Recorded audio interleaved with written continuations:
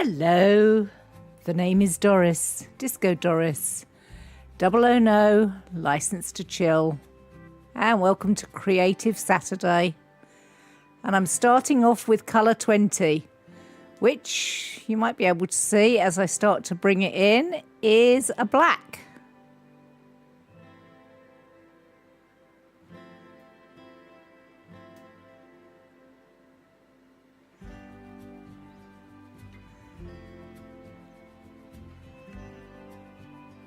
How is everybody doing? Good, I hope?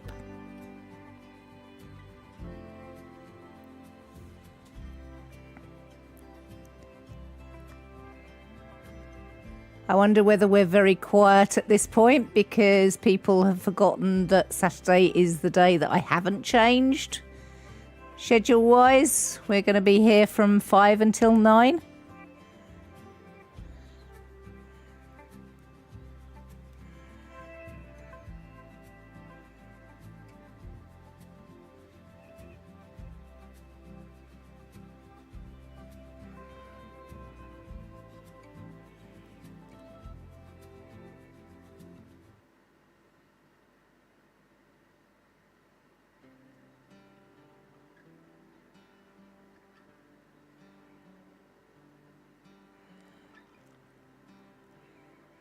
So yeah, welcome, as Pokey puts it, to Paint and Prattle.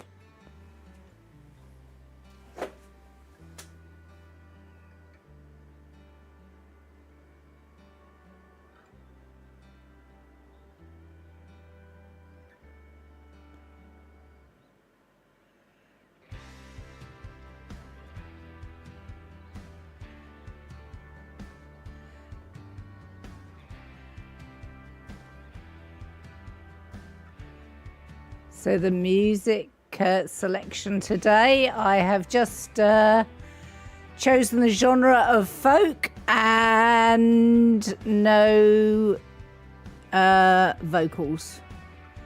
So we should have mostly instrumentals.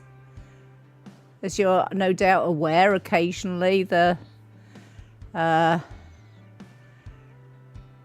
filters go very slightly wrong and we end up with vocals anyway, but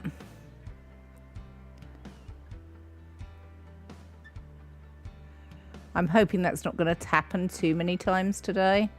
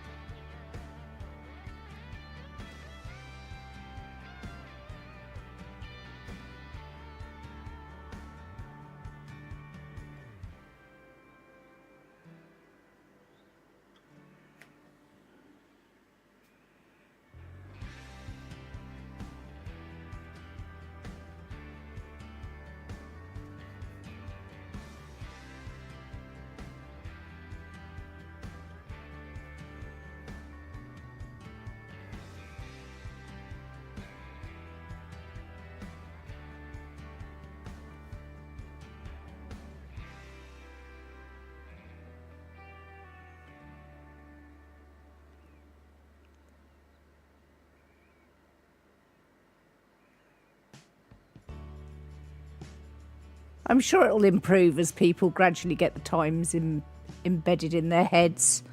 First week is always going to be the awkward one in terms of people adjusting to the new schedule. And of course, there's a lot going on in terms of sport that people might be interested in.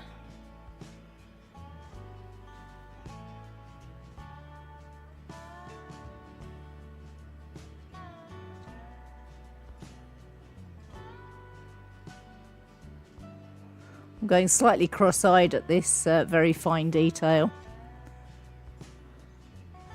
It's not a complaint, it's just a... I've got a lot to concentrate on to get the very fine detail in this one. And you don't want to make too many problems with black, because even though this is acrylic, I find it quite difficult to make corrections over the top of black, personally.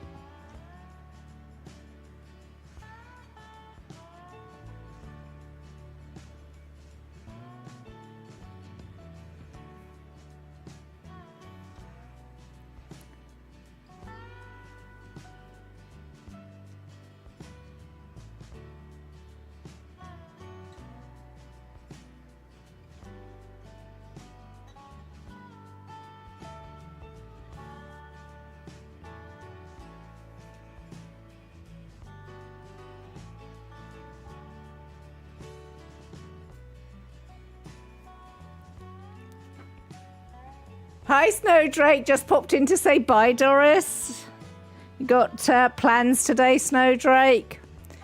By all means, go have some fun. But thank you for popping by. It does make me feel less alone.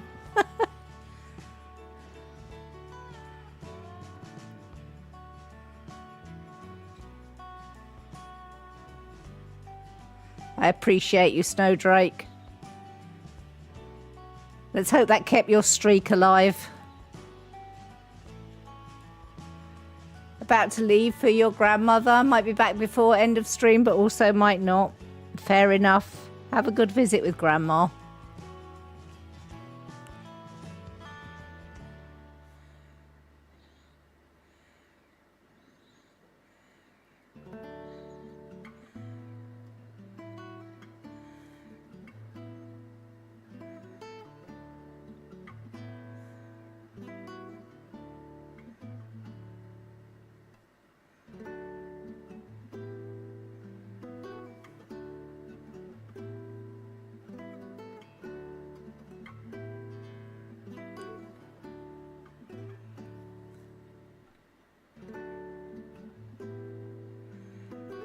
There's actually a heck of a lot of black to do on this piece. So part of me is trying to work out exactly where everything should go.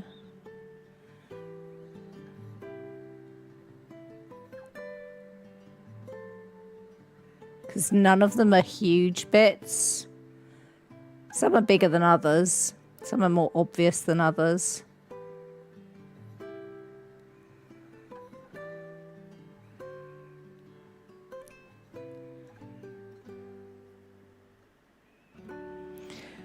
And I suspect this, like many of the other colours, I will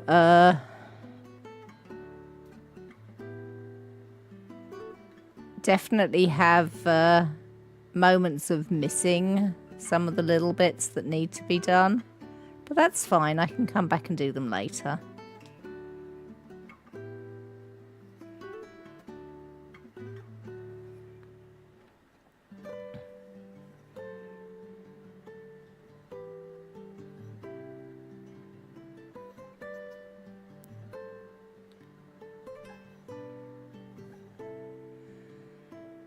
Streak will get broken next week due to vacation, so you don't really care about it. I mean, we're also fair.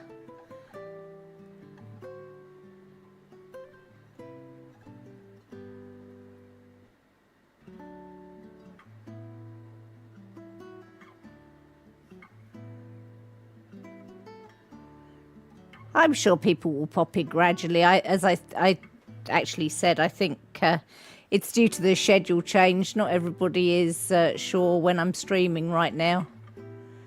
It'll take a little while for change to embed in.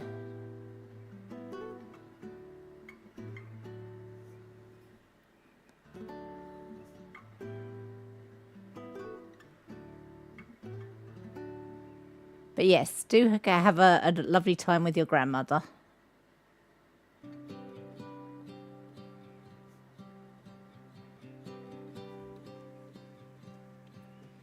I hope you're going to have a nice vacation too.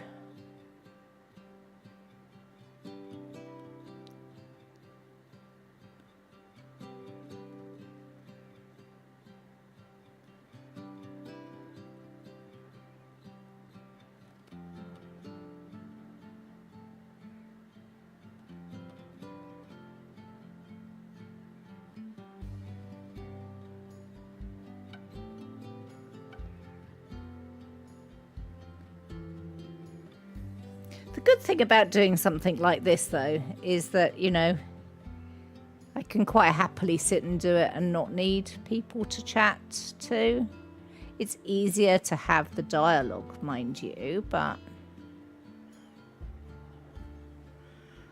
I can just enjoy the putting paint on canvas. Fate and I were having a discussion about whether you find it soothing or not, because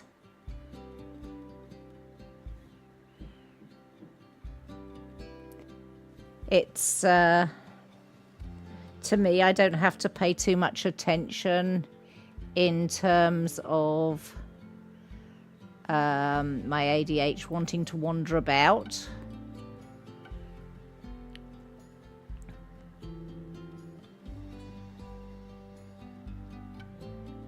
But it focuses me enough to stop my mind racing. So I find this quite relaxing. But, you know, no two people with ADHD are the same anyway. So there is that.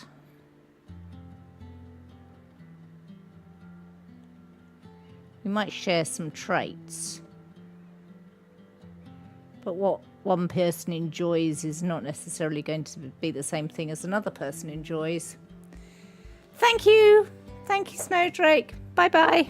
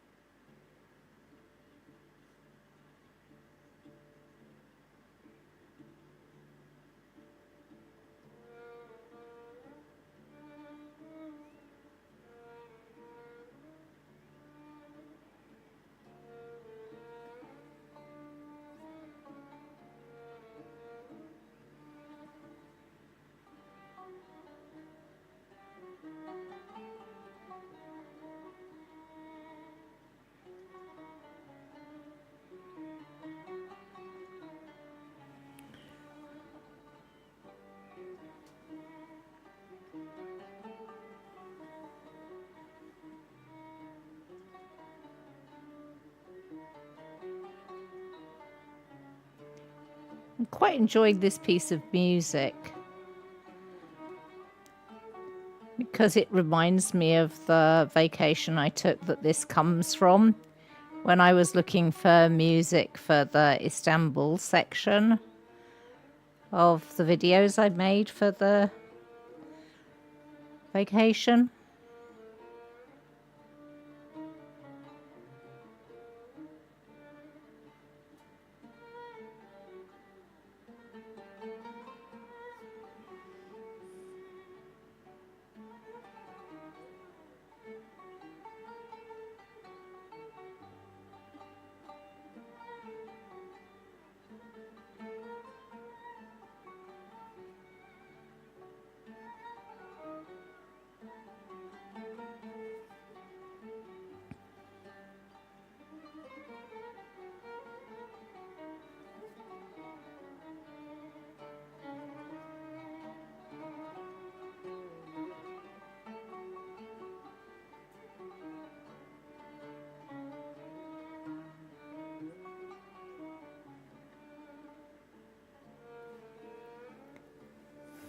Aha! I see a few more people lurking in now. Welcome, welcome. How are you doing?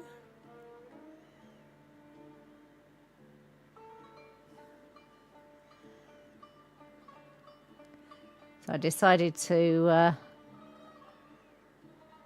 start with the black on this piece.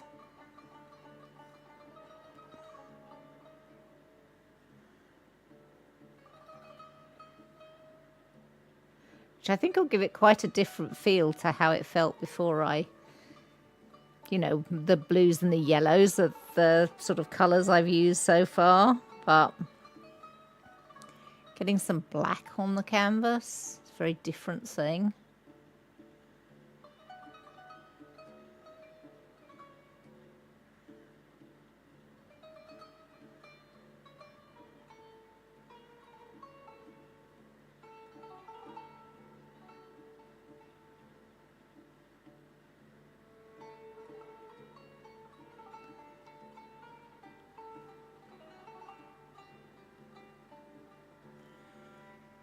Hi, Roz. Thank you for the flower power.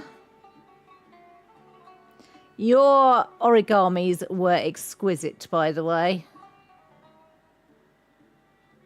I sometimes don't comment in Discord so I can say something on stream. And this was one of those instances.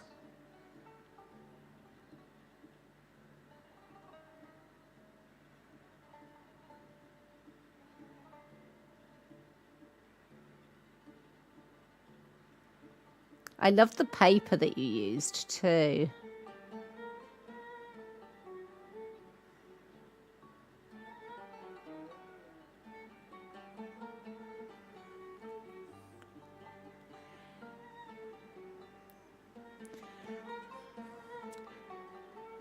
I see you doing the crafting thing. Sometimes it makes me feel a bit of an imposter doing crafting on stream. But I try and reassure myself that it's not just about the crafting, it's also about the being able to have a chat whilst I'm doing it. It's my defense and I'm sticking to it.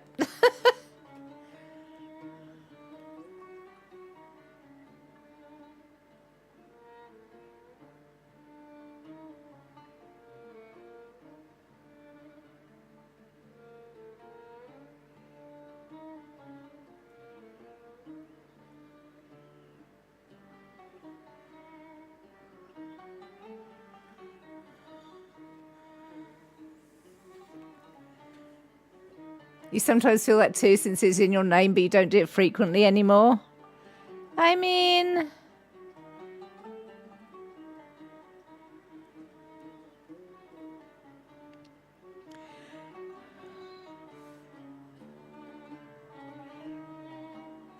I don't feel like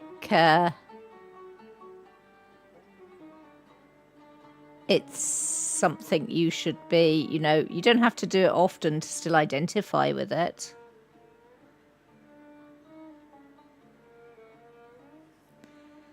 A bit like, I still identify as a marine biologist even if I'm not actively working.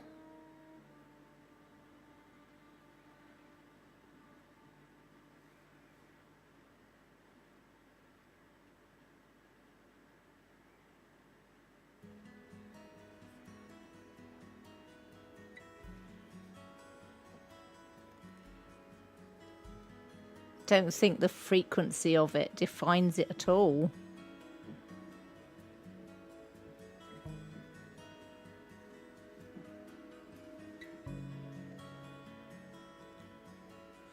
Hi, Triple D. How are you doing? Good, I hope.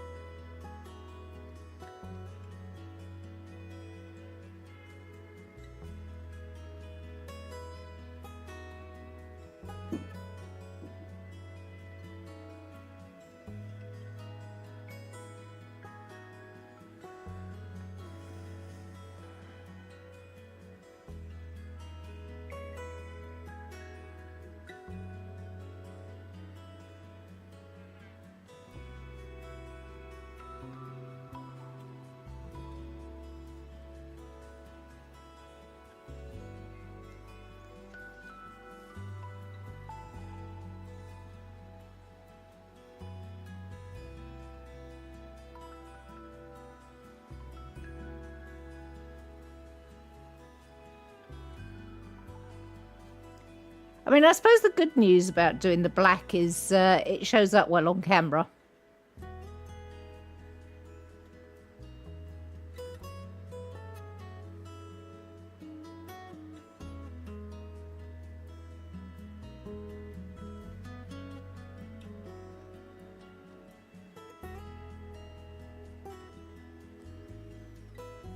You just woke up, stayed up until about 5 a.m. your time. Ooh.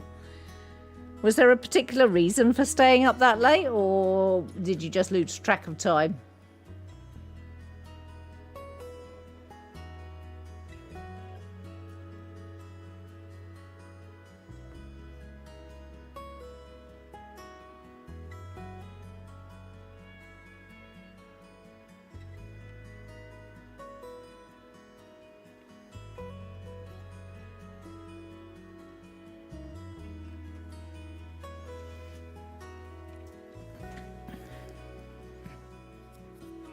I mean, I don't know exactly what time zone you're on, but I was hanging out with Josh and Faye, and I think Josh went right through the night because I think it was about 9 a.m. his time when I said goodbye, and he was off to get bagels at that point.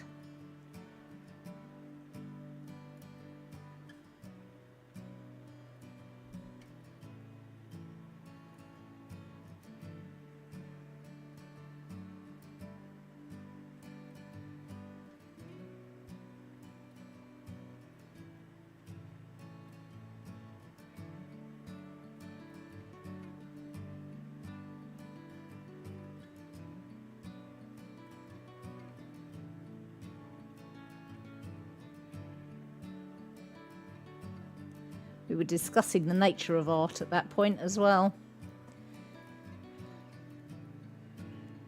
Recording videos, you didn't realise the time? Yeah, so you'd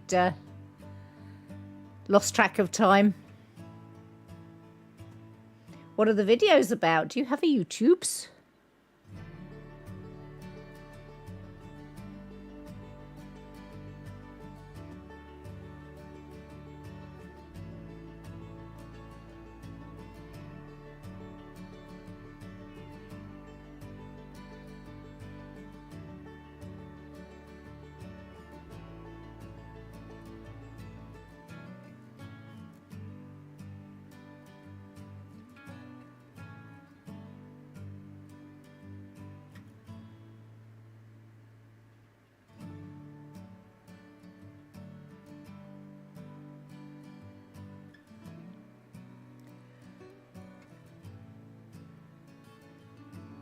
You're getting old, you can't even stay up past 1 a.m, Roz.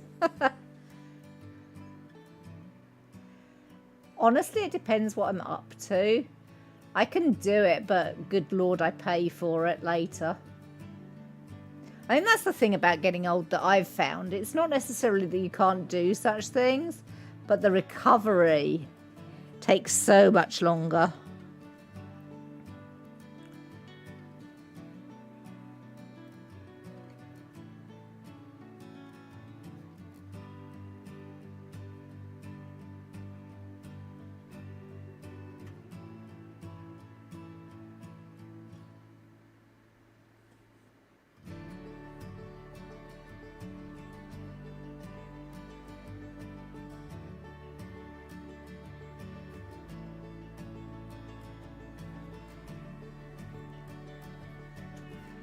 Just recording yourself playing video games. One particularly long because you couldn't find anything important to do in game till late, and that was about the time you needed to get off.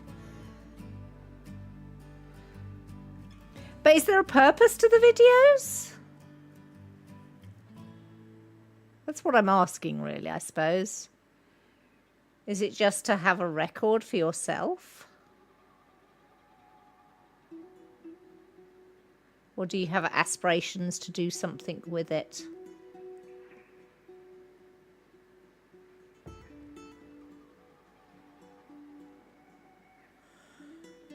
Putting them on YouTube for fun? Uh-huh. So you do has the YouTubes, which I asked about a little while ago. That one. Just trying to work out which blob I was working on.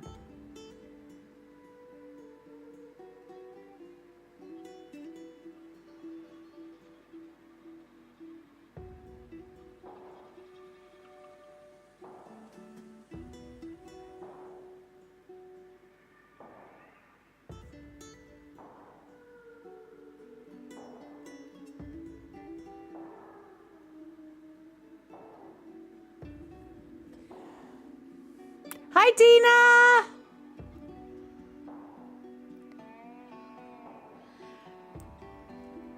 Can I assume you got a better night's sleep and didn't stay up till 4:30 in the morning, Dina?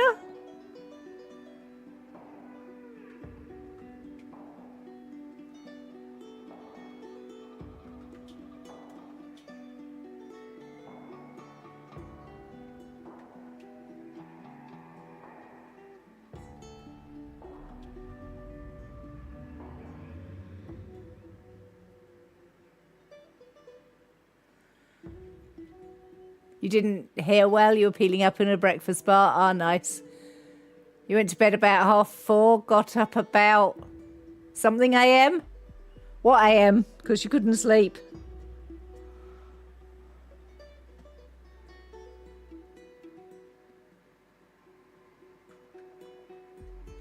I think you probably hit a button that didn't go in.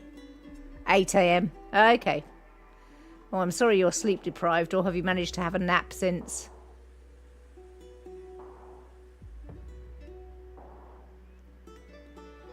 Are you feeling stressed about something?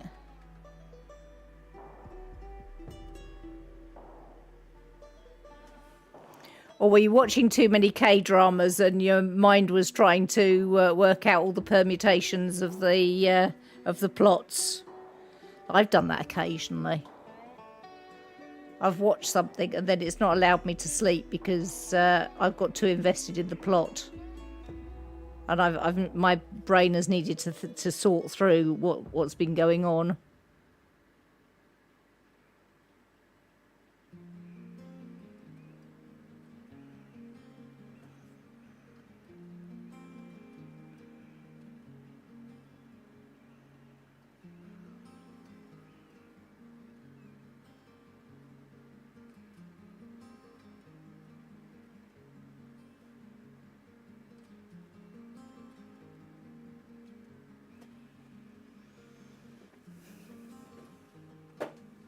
You went back to bed at 11 a.m. and slept till just now. Oh, that's not so bad then. You were sort through. Hi, Dis. You don't have sound on.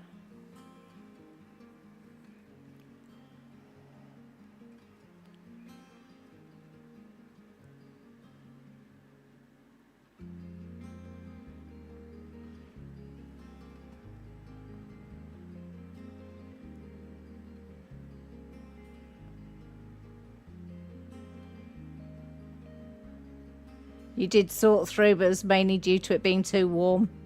Yeah, I get that.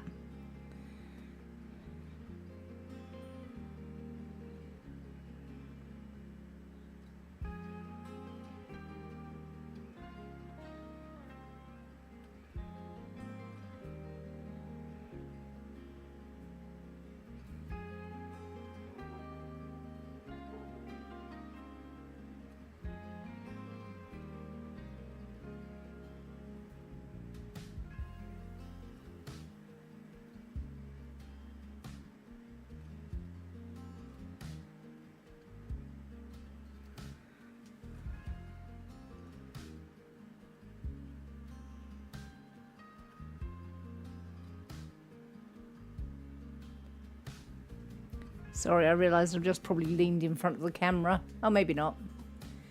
Hopefully you can go to sleep at your usual time today and get up around noon tomorrow.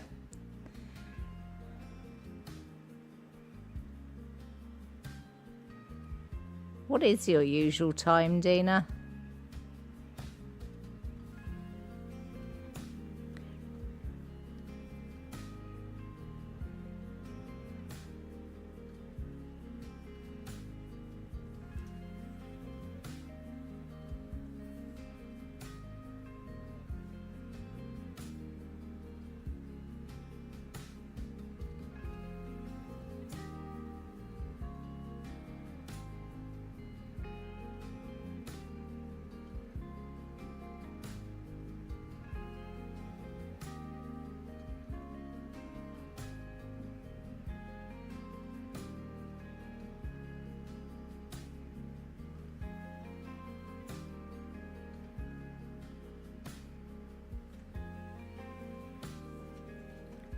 Between 2 and 3, more between 1 and half 2.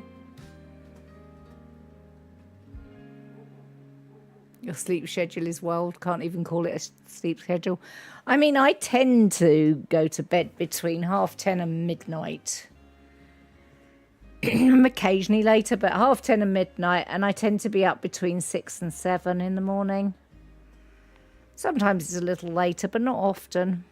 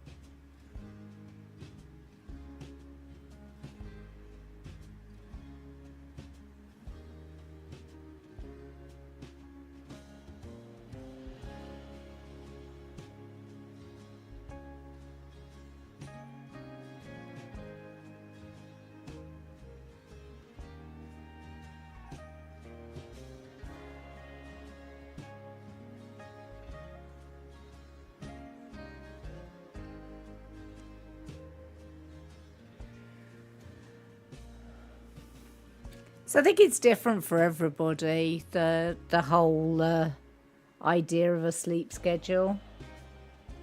Mine's quite conventional, but I have had to work at it through the years to get it as consistent as I have now.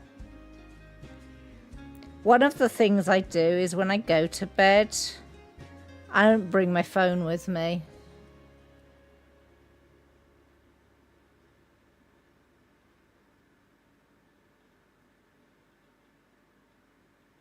I don't put that temptation in front of myself.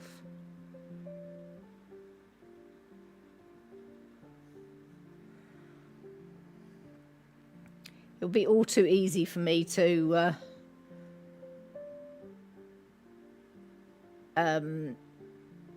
doom scroll for many, many hours if I took my phone with me.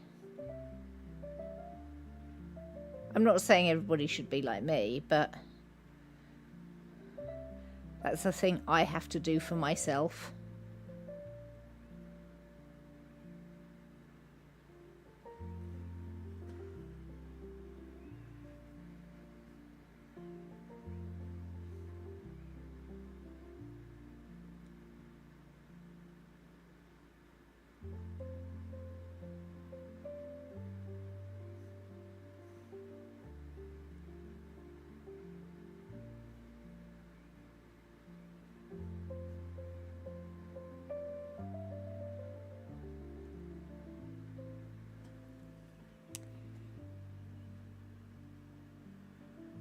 I think Dis was just on the way out, but Dis hasn't got sound on, so there wasn't much point in saying goodbye to Dis.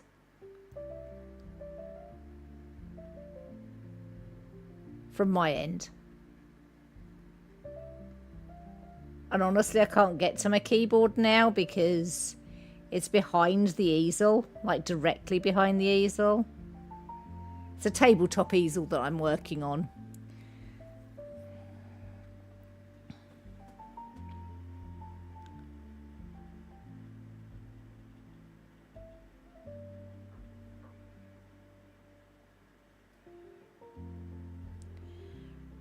I was watching Bernadette Banner earlier. She put out a new video today. It's all about doing some embroidery on and making up a waistcoat. And she collaborated with a company that I think might have been called Hand and Lock. I don't remember exactly, so don't quote me on that. But they're an embroidery company. And they had made up a kit so that you could do something very similar to what they'd been doing on the YouTube. Which, you know, really good idea. They'd capitalised on the collaboration. I have no problems with that. So I went and had a look at the kit. It's not something I'm particularly interested in, so I will not be buying it. But I had a look at what else they offer. And one of the things they offer is like a stand for an embroidery hoop. And I was thinking maybe for ease of doing cross stitch on stream in future, maybe that's a thing I should think about getting. The reason I'm thinking about it is because it's a similar thing to the tabletop easel. It holds the frame in one place, the embroidery frame in one place on the desk. So I was wondering about getting myself one of those.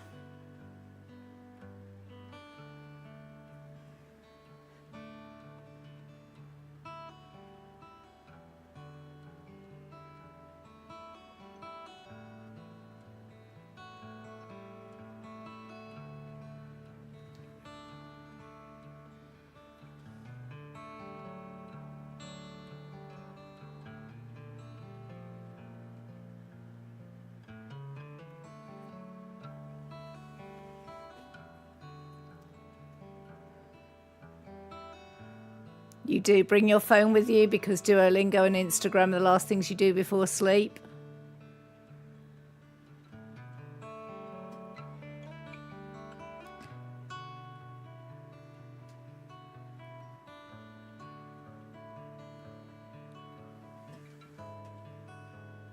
Well, as I said, everybody's different.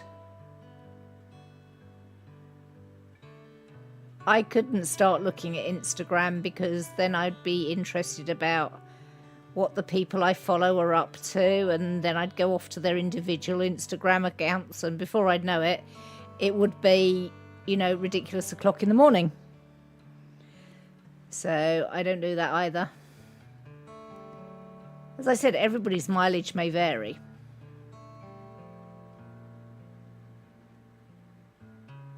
Just saying that's a thing for me. I can't take my phone to bed. I will make a vague exception if I've got to be up at a strange time in the morning. And I need it for alarm purposes. But generally, yeah, don't bother.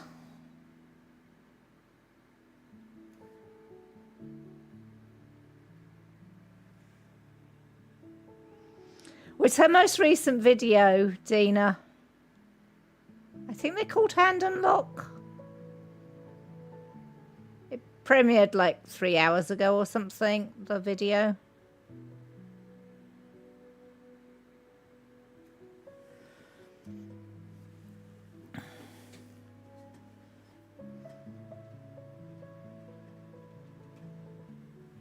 I'm sure I've talked about Costtubers before. I'm actually looking forward to after stream because there's new videos from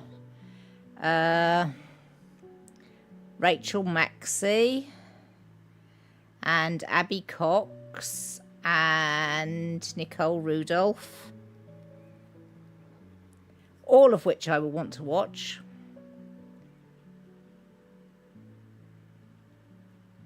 But didn't have time for earlier.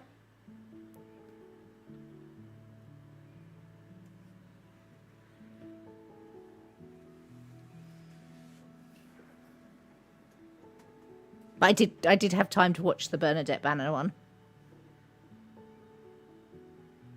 It was the last thing I watched before I started stream. I had my dinner and watched Bernadette Banner. For inquiring minds, roasted chicken thigh or baked chicken thigh with mixed vegetables and mashed potato was nomi.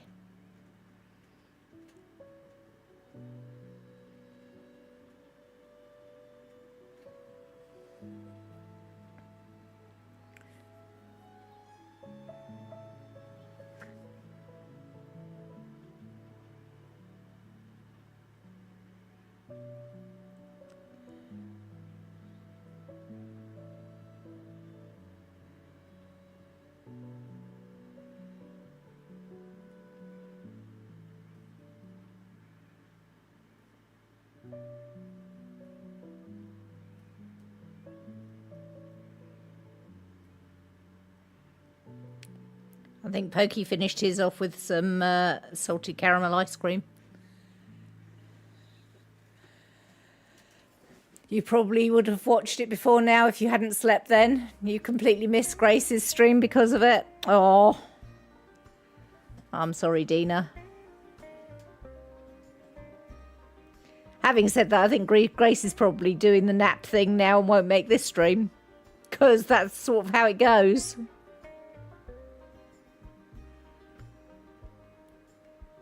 I should point out that I am fully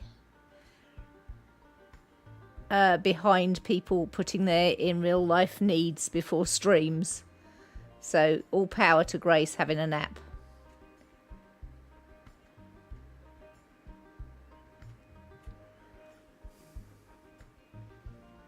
Ice cream sounds nice. Anyone want to bring you some?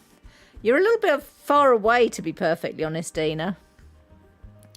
Having said that, I think I shall have some tea.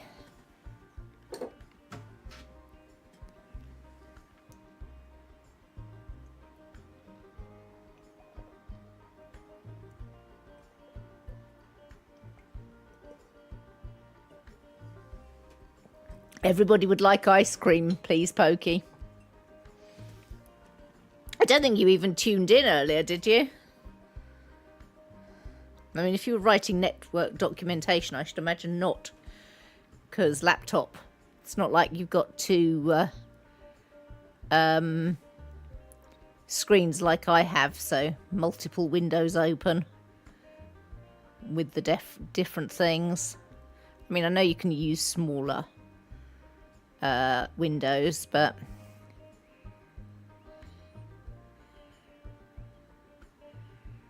I mean, I don't know which distro of Linux you ended up with on the laptop, because it went back and forth a bit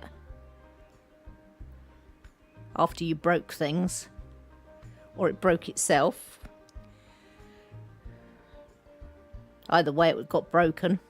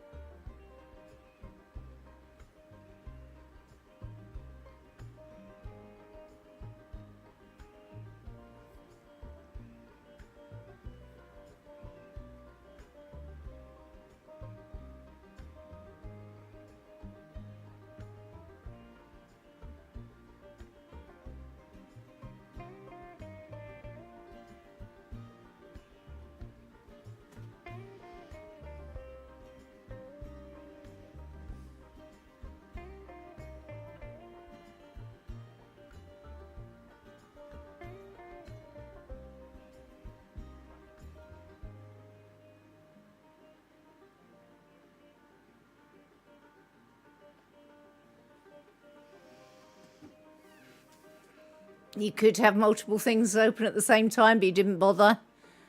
You're currently using OpenSUSE Tumbleweed. You don't like it as much as Manjaro, but the devs don't break it so often. Oh, that is a bit warm. It's cold and stormy here. We have been having so much rain.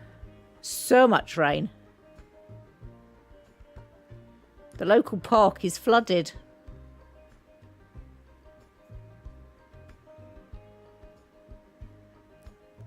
And it is all from rain.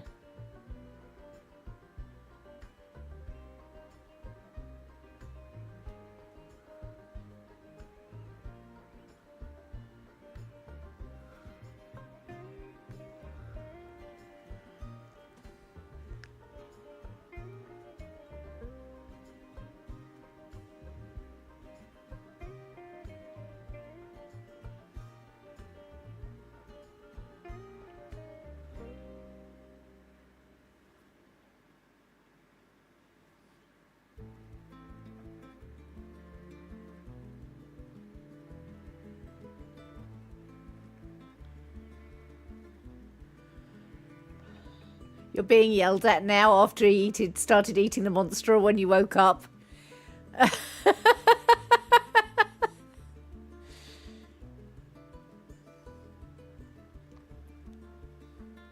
It's half time. England have played no worse than usual. I forgot it was the England.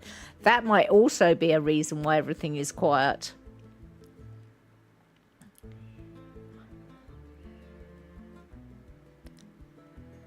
I don't know whether I should admit this. I don't even know who England are playing.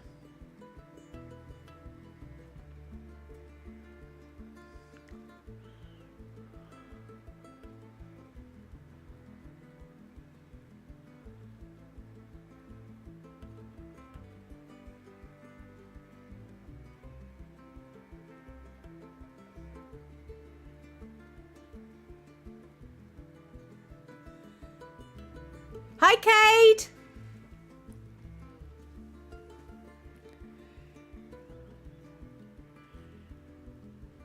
Poor John. Reduced to eating the houseplants for attention. I don't believe that it's poor John at all. Idiot. Idiot cat.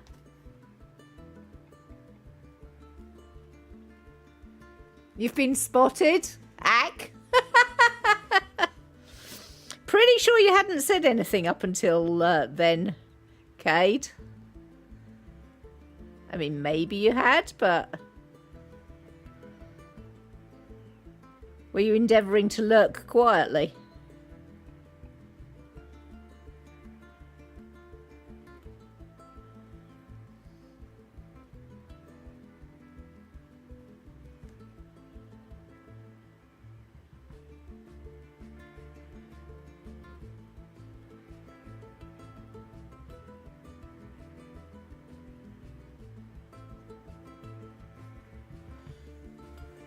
You had spoken, but seems your chat might be messed up. Oh, okay. Sorry, Kate. Sorry I missed you, if you had indeed spoken. First thing I saw was oof, Pokey.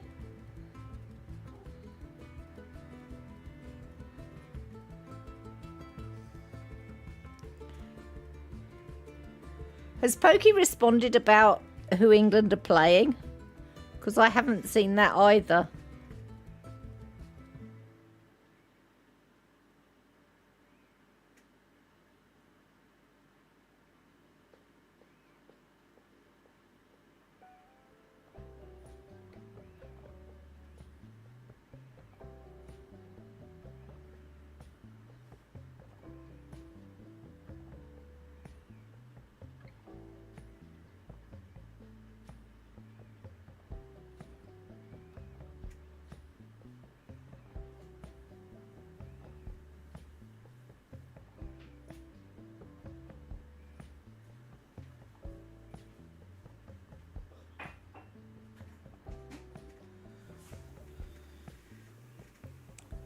You saw Kate talk since you logged in? Kate streaked at some point? Or maybe my chat's the one that's messed up then.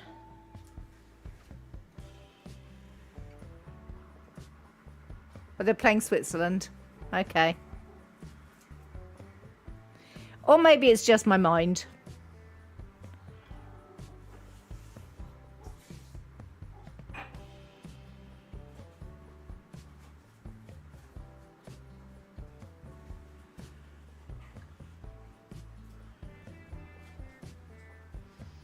Well, thank you for the streak, Cade.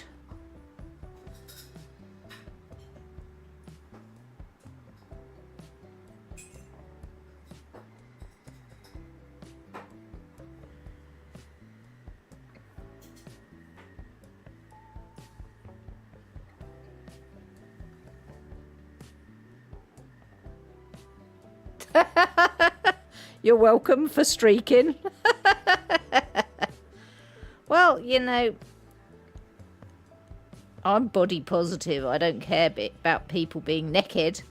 And the streaks do show that you've actually been supporting the stream. And I am grateful for the support of the stream.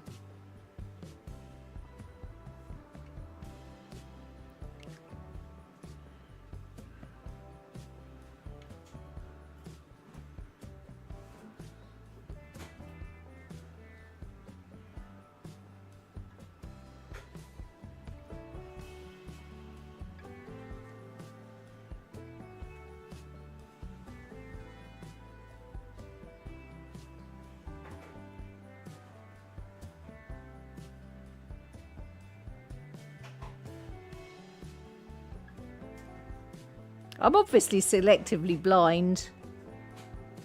I'm sorry that I didn't see all the things that you've said to me, Cade. I'm a bit rubbish, obviously.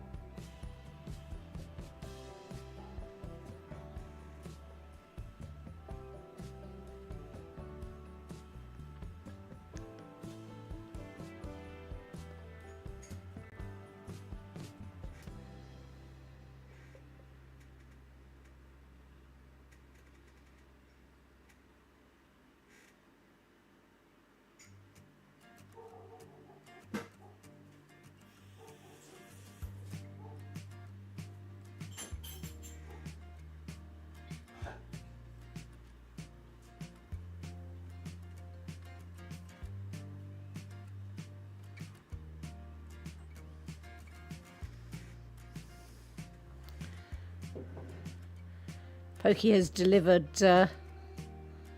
tea, but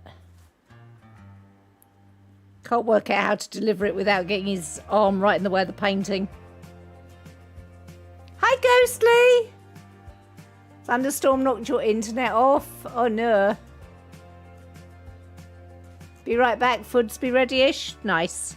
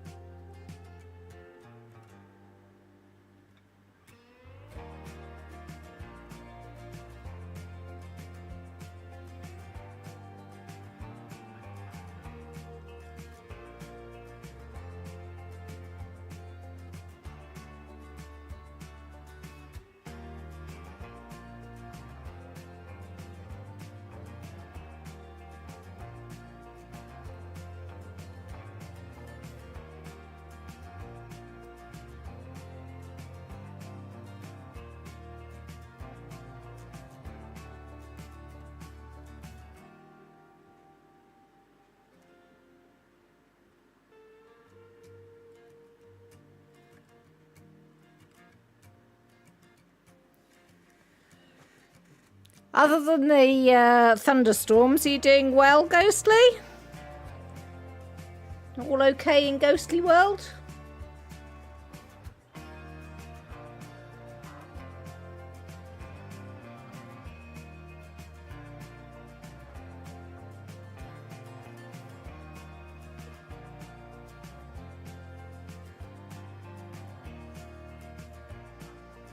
I hope so.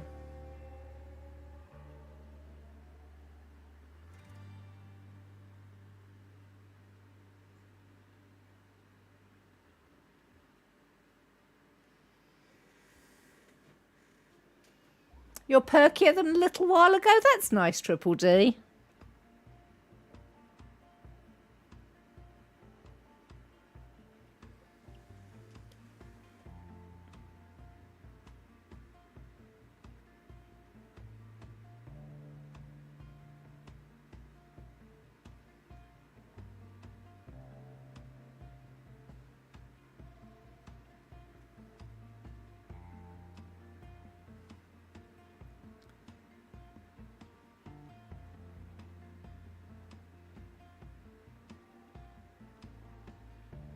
I'm not quite sure what all this lot is.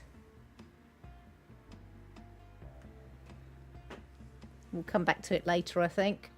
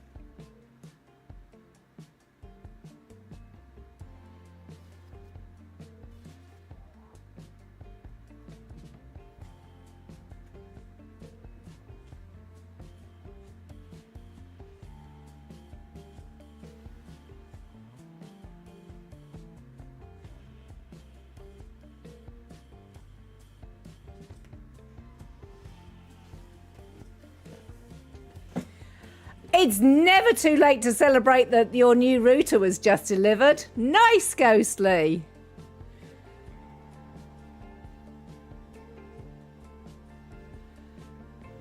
Went to a local fair and got soaked just before the thunderstorms hit.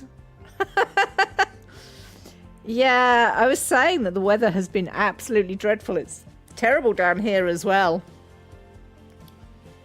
I'm glad that you're back from the thunderstorms. Have you got the new router all plugged in now, Ghostly?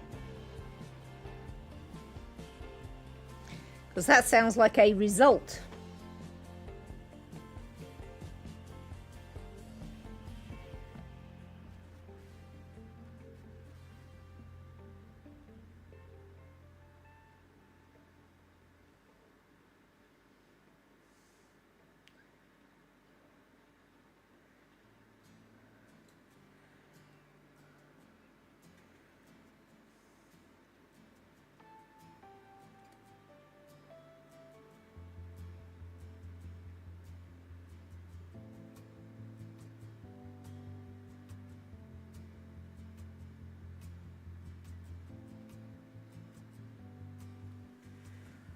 Not yet. It arrived 30 minutes ago. You don't want to sacrifice football and Doris time. Fair enough.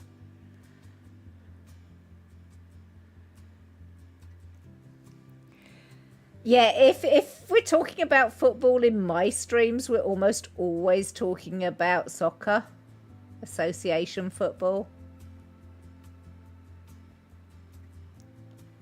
I would generally say American football to distinguish.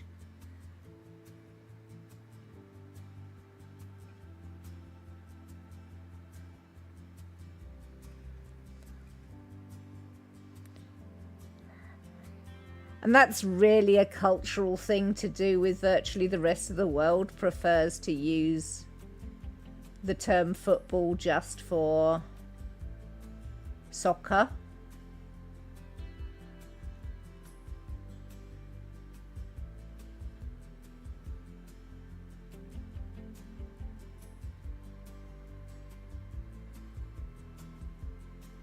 Soccer's actually a nickname. It is the shortening from association football. And it's not that we don't acknowledge that other forms of football exist, because they do. We have rugby football as well, but we tend to refer to that as just as rugby these days. But that had a nickname as well. So we had soccer and rugger. But it's like, I don't know, 1920s-ish. Slang that just didn't stay.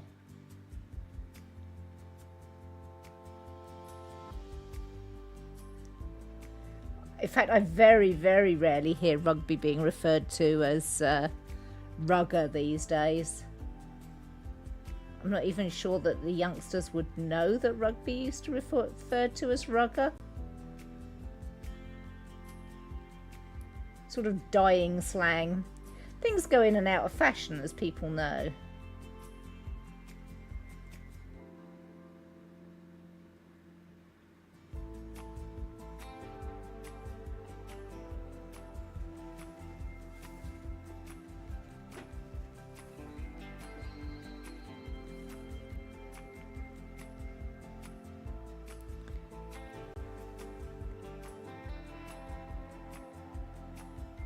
I mean, you asked for clarification, Triple D, and I think that's absolutely fine. I was just clarifying. I mean, there are various different forms of football. There's Gaelic football, Australian football, obviously American football, rugby football. Rugby is the closest one, I would say, to American football.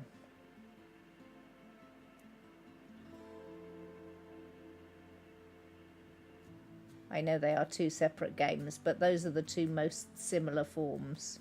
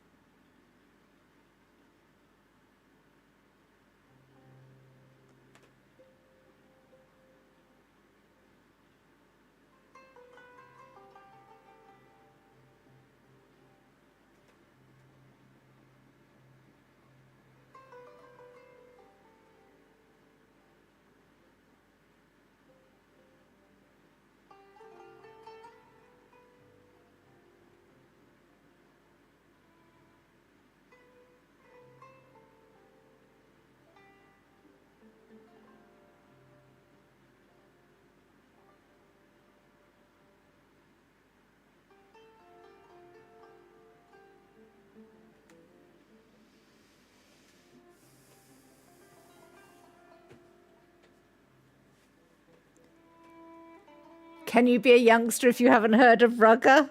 Well, you're probably younger than me, so yeah, you can be a youngster. You youngsters. You hadn't heard the term rugger, which just goes to show that it is an old term these days.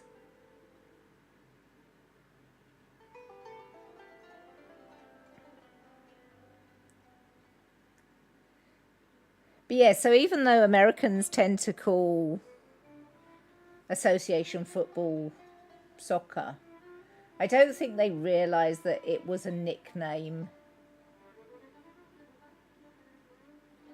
and it should more correctly be called association football.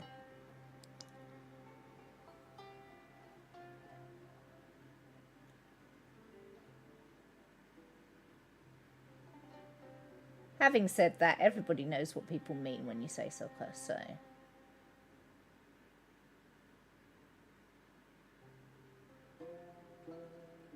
And it's never about people who are respectful anyway.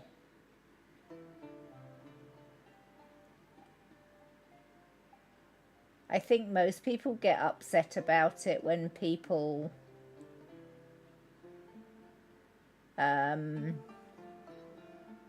there is a certain faction of Americans. I'm very fortunate. I know far less of them than I know lovely Americans. But there is a certain faction of Americans who will say something along the lines of, well, it shouldn't be called soccer because we've got the only real type of football. It should be called soccer because we've got the only real type of football. And that gets on the wick of virtually the rest of the world, I would say. Fortunately, as I said, those sort of people, they tend to be loud, so, you know, they feed into the stereotypes, but I would say the vast majority of Americans that I've met and come into contact with are not like that.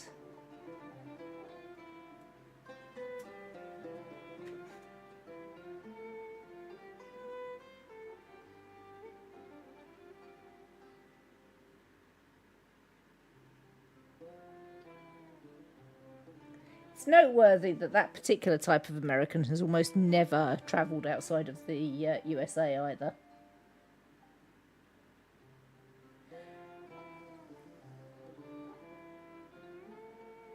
So they're talking from a place of ignorance anyway.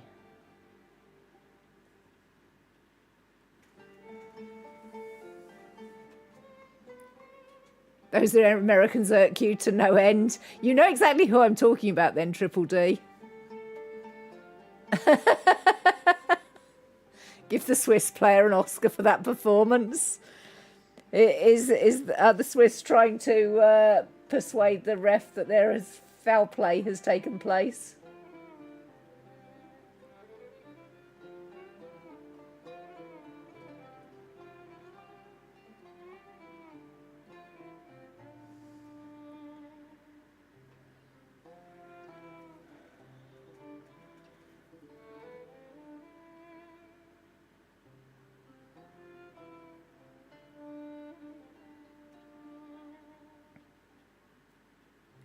But yeah, this is the Euros tournament, the European football tournament, which, you know, like the Olympics, like the World Cup football, only takes place once every 4 years, I believe.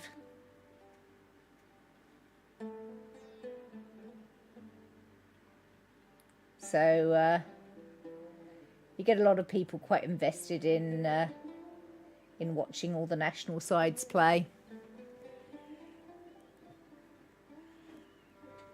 England tapped his big toe and he leapt in the air, folded up, fell down like he had a Toblerone shoved somewhere unmentionable.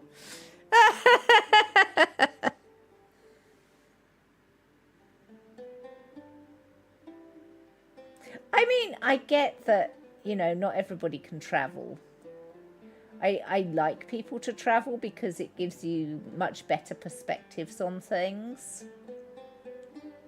I love all the YouTube videos about, you know, culture shocks and that sort of thing. Very much enjoy those. But I do get that the economic circumstances of a lot of Americans do not lend themselves to travel. And I don't mean that just in terms of not having the money. Money is one thing. But not having the time because it's so difficult to build up vacation time in the US.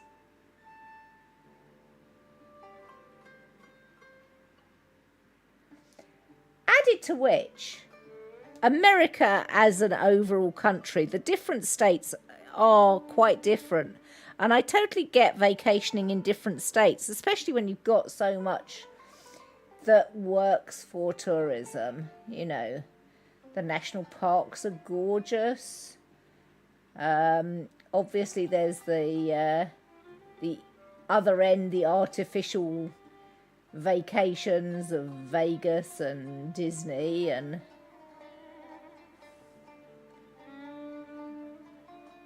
but you know, there's wonderful. You can go to the mountains. You can go to tropical areas. You can go, you know, dive on a coral reef.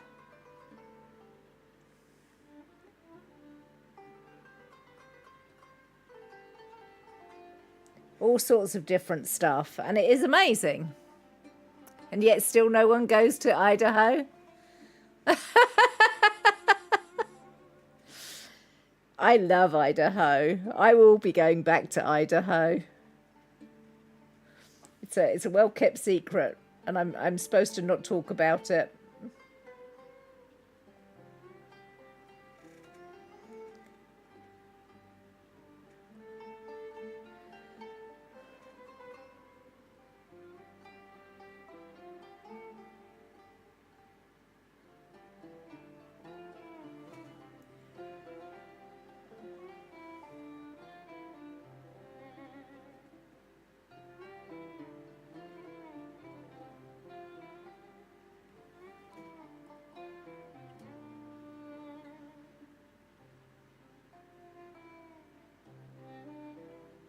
I might need to wet the brush just slightly to get the paint to flow a little bit more freely.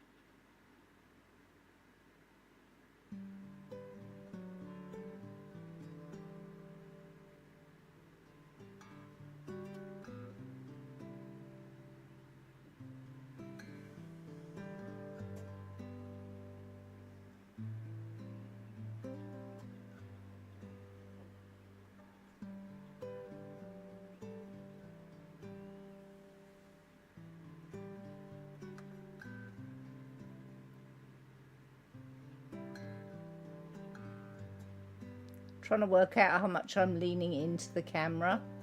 I don't know whether to pull the canvas over or something.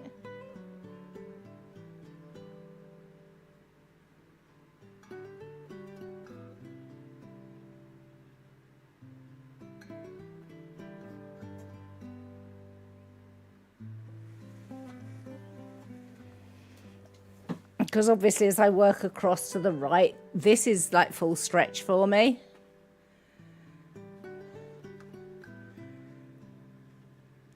You'd love to go horseback riding in nature there. They have so many nature things that are absolutely amazing. Absolutely. It's not really slander ghostly. From what I understand, very few people go to Idaho for any reason, but it is a lovely, lovely state.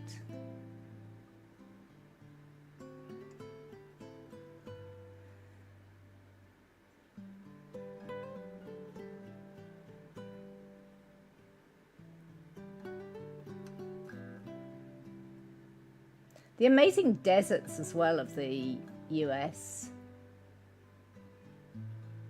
Like the painted desert is just extraordinary, landscape-wise.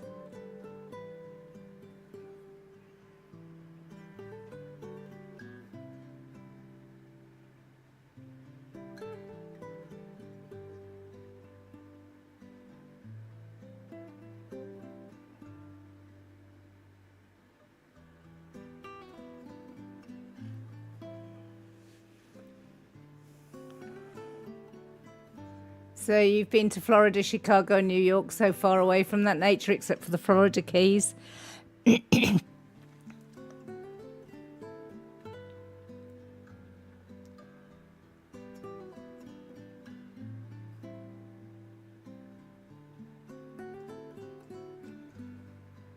the Florida Keys are quite touristy.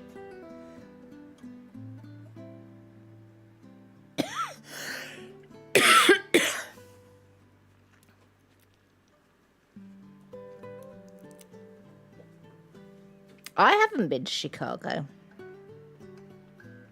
Why did you go to Chicago, Dina? I'm interested.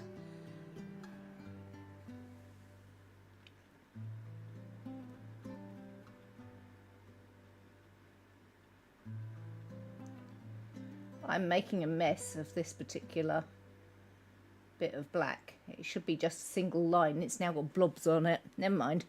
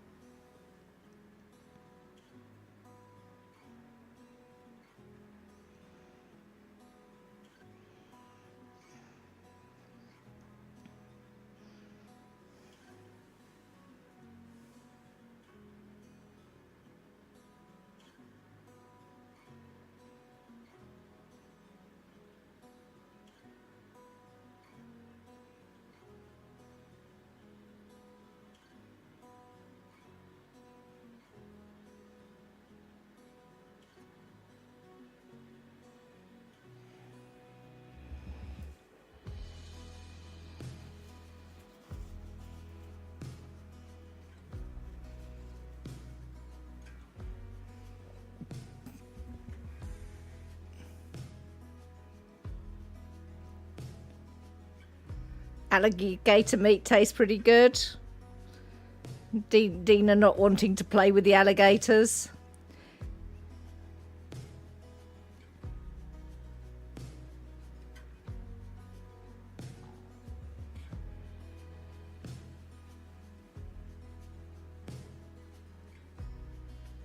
Can't say I blame you for not wanting to play with the alligators, Dina.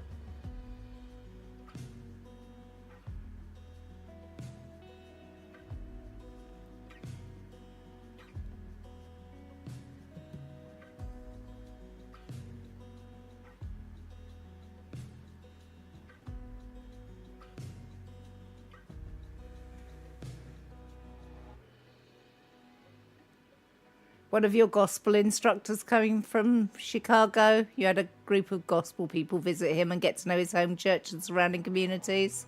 I see.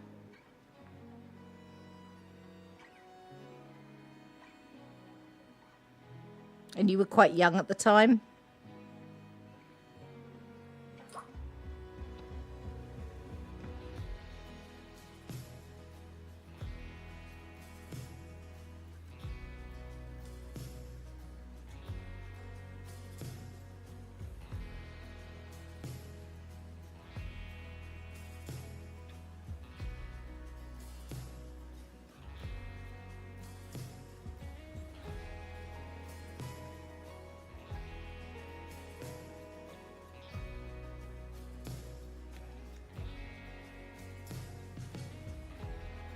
Chicago was 2014, but the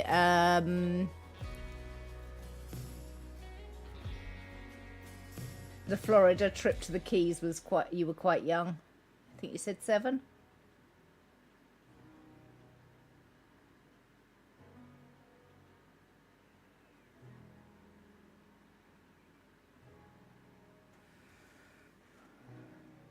I was muddling the two up in my head. My apologies.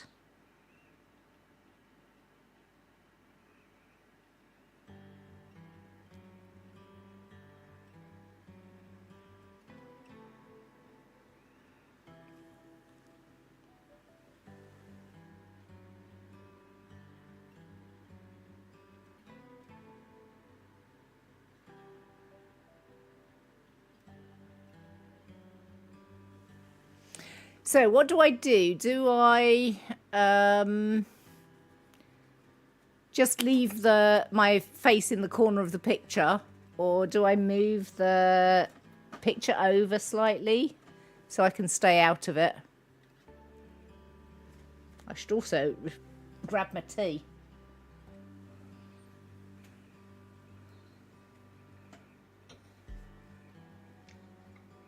Hi, maybe.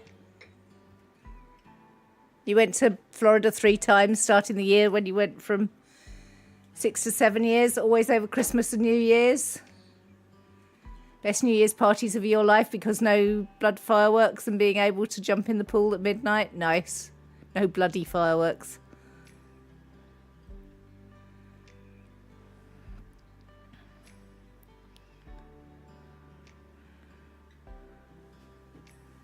No, they only tried to blow up their country on the 4th of July, I believe. Although, Florida, I mean, if you were at Disney, they have fireworks every night, I think.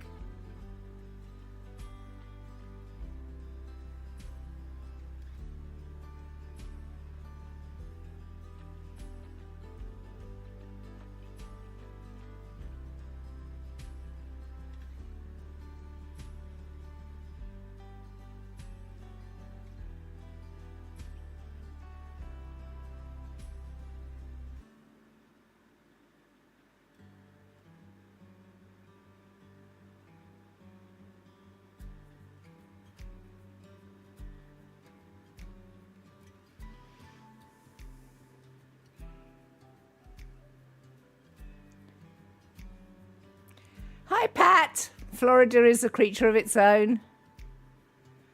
Meeting an orca when you were 7 was pretty amazing, as much as you're now heartbroken over how she was kept for so many years. Yeah. Yeah.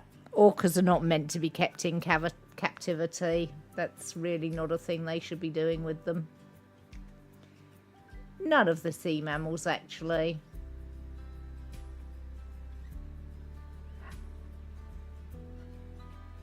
Oh, actually, I might make an exception for rehabilitating.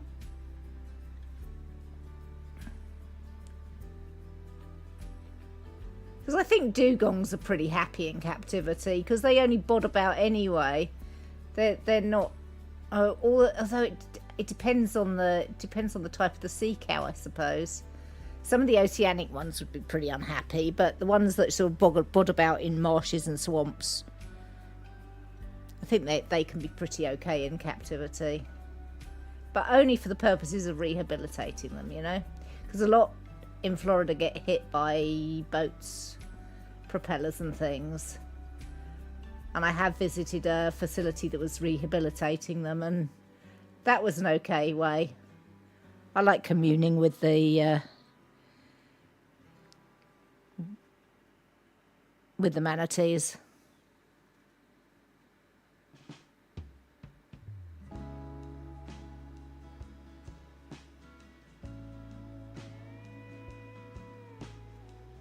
But in general, sea mammals not a great thing in captivity.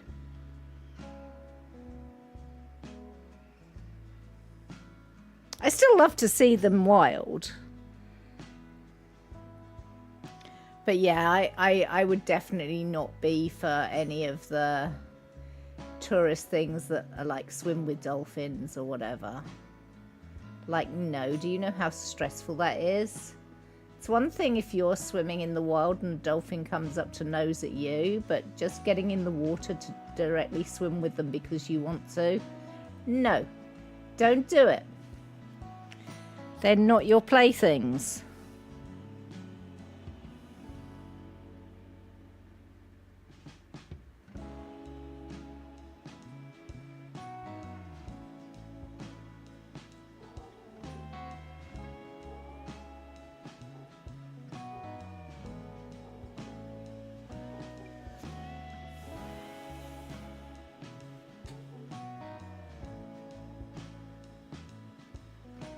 She got sick and passed just before they were supposed to start getting her fit for the wild. I mean, I don't know how long orcas are supposed to live, to be perfectly honest.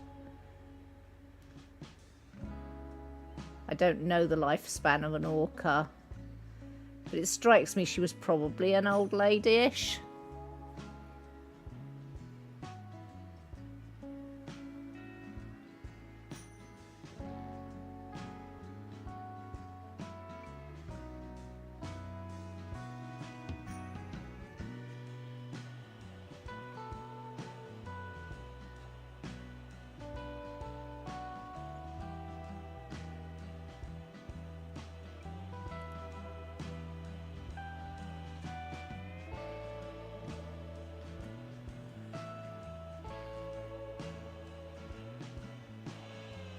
Swimming with dolphins had been on the plan back then. I think don't judge younger Dina too hard because honestly, I think a lot has changed in terms of knowledge.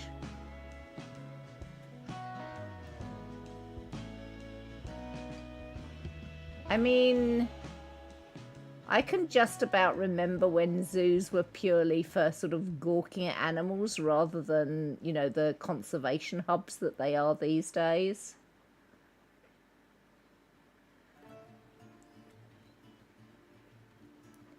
It does take some education to understand what you're doing. And if the education's not there and available, and I think it probably wouldn't have been for Dina Mom, then we can't judge too harshly. But it is okay to be glad that you didn't get round to doing it because older you is upset about it.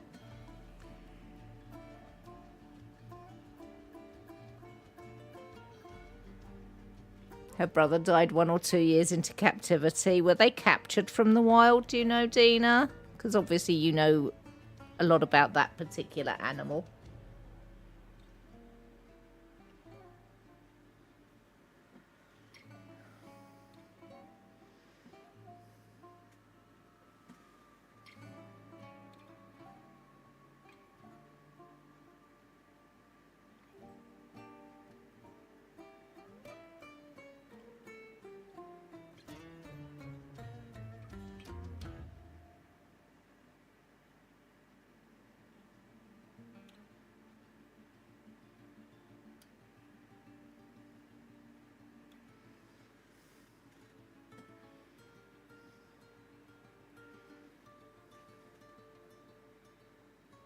Or were they born in captivity as well?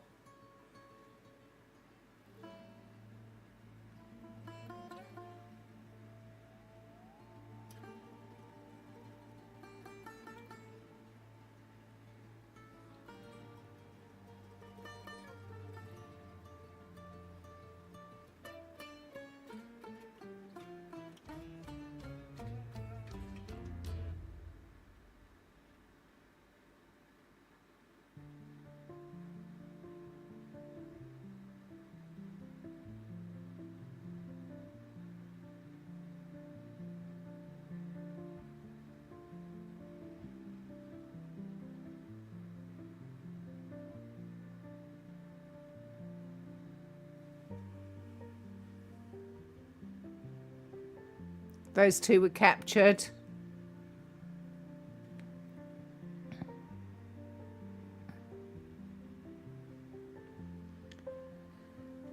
Yeah. I mean,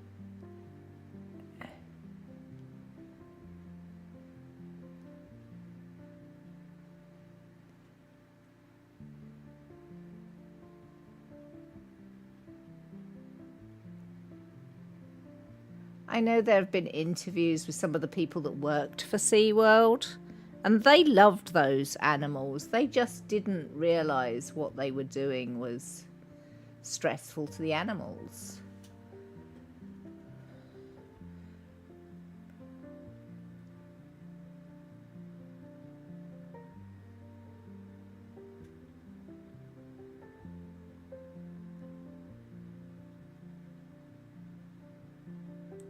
You know, like the people in the past that thought they were doing a good thing by feeding milk to cats and that sort of thing.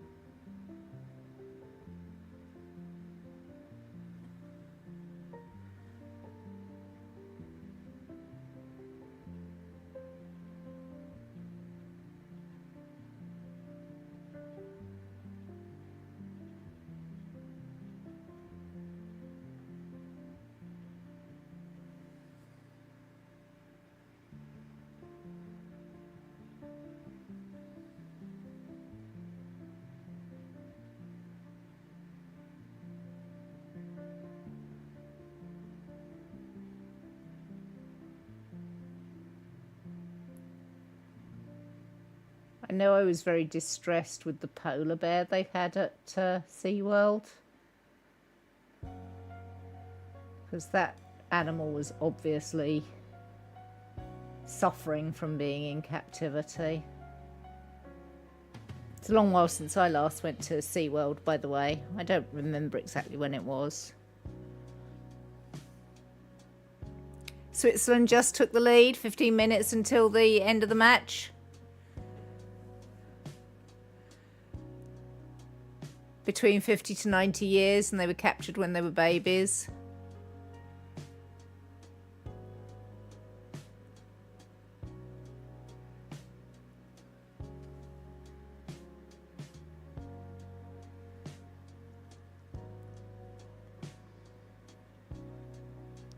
I know very little of the stories of the orcas, to be perfectly honest. But I know it's a special interest of yours, Dina.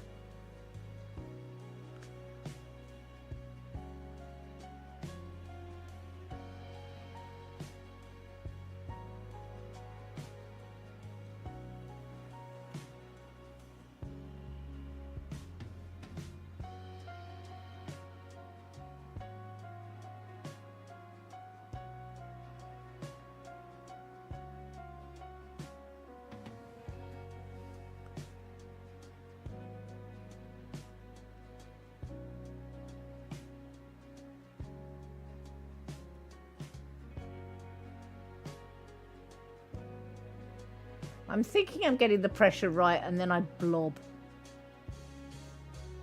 So annoying.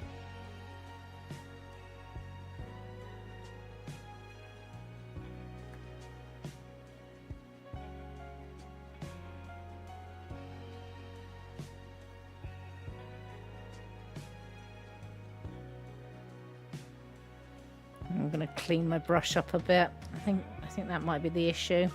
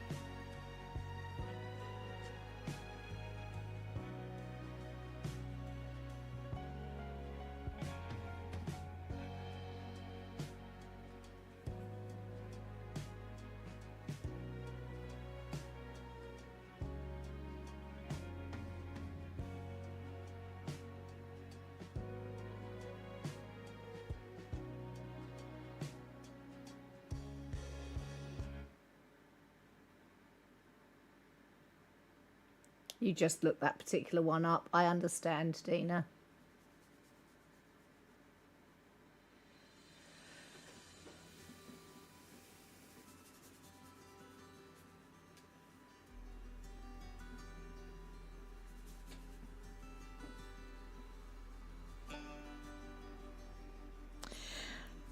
I think there's a difficulty with reuniting an orca with a family after 50 years. It's a bit like reuniting people after 50 years. Sometimes it's going to be fine. Sometimes they're going to be brutally rejected and you don't really know which one it's going to be.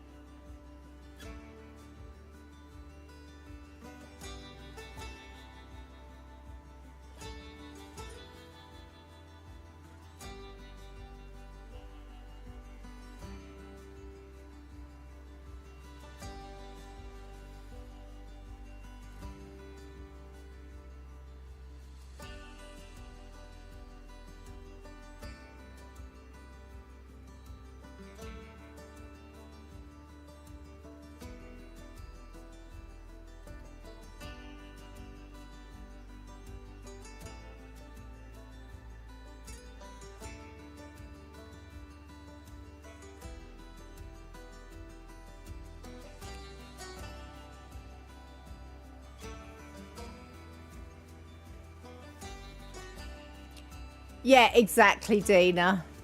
You're dreaming of going to watch orcas in the wild because of that experience. I mean, yeah. I think the problem with seeing any of those things in the wild is you can't guarantee it. Having said that, there's, you know, a number of people that understand their animals very well and can give you the best possible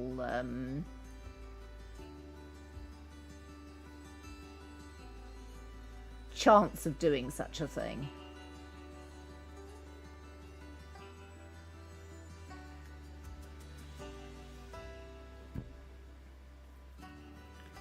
Because I know even researchers that actually study them, they know where roughly things should be, but the TV programs always sort of suggest that they see them every time they go out. It's absolutely not true. I know sort of whale researchers and whatever, and they're like, yeah, you're lucky if you see them 1 in 10 times. But of course, when you're making a TV program, that's not what you show. You don't show the hours spent searching for them and not finding them. You just get the bit when you do find them.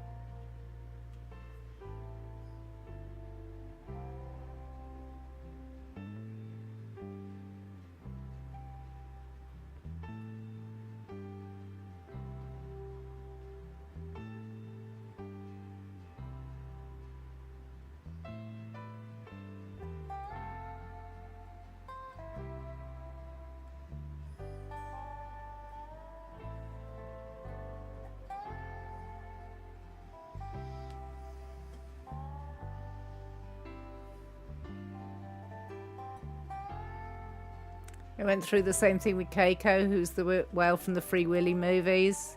Tried getting him back into the wild and he just couldn't.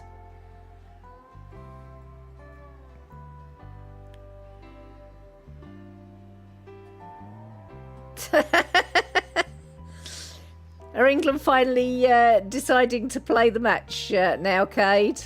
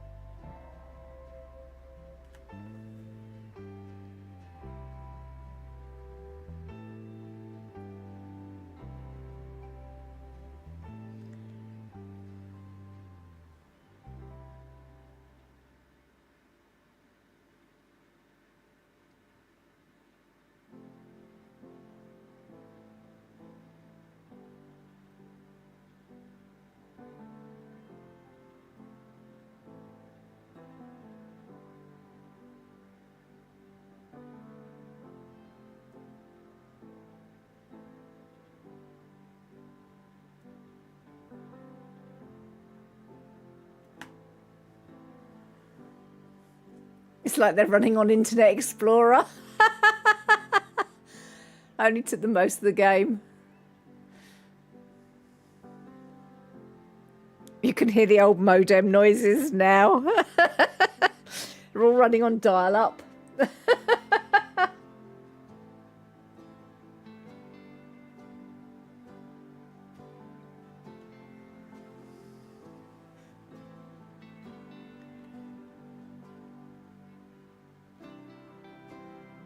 I love we're having a serious discussion about orcas and football at the same time.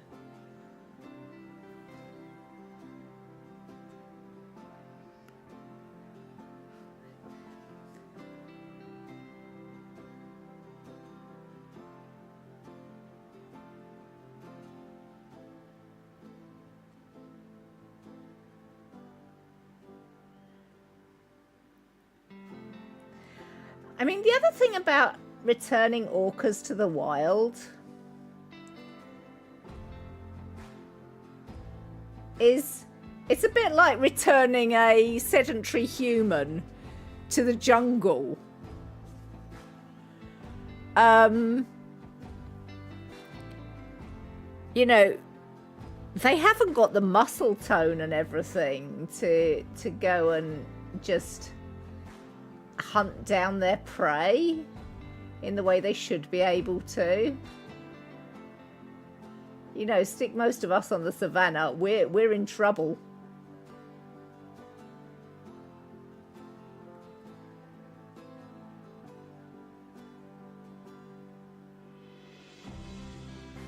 Most of us are not catching our own dinners.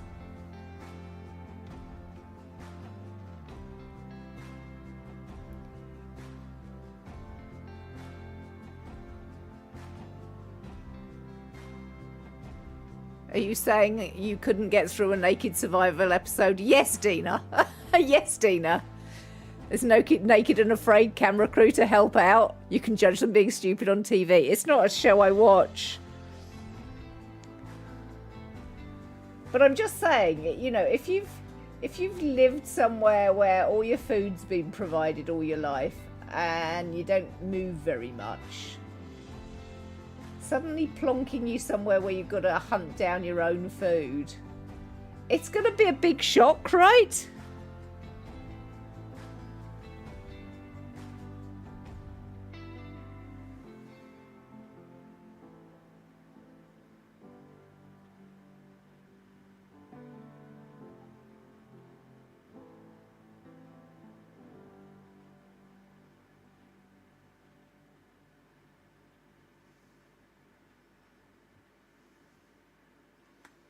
I mean, some people have got delusions that they'll be absolutely fine. You certainly couldn't. Everyone else would die around you from laughing too hard. Yeah, I don't really enjoy that sort of show, precisely because the people that they decide to put forward are the ones that they think are going to entertain you most. So they sort of prey on people who are hard of thinking. I mean, some of them certainly are not very sympathetic. You know, they have an ego out of all proportion to their abilities.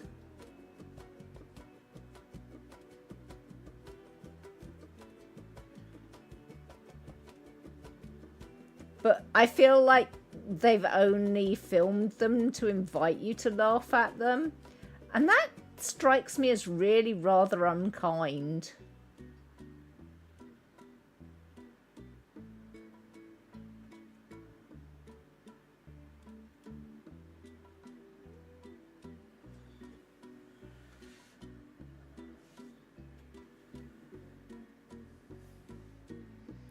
You'd know what you needed to do. Actually doing it is another thing.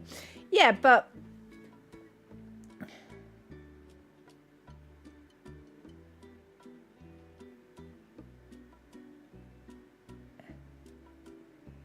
it's preying on their ignorance in my eyes. I regard the producers of the television as quite predatory.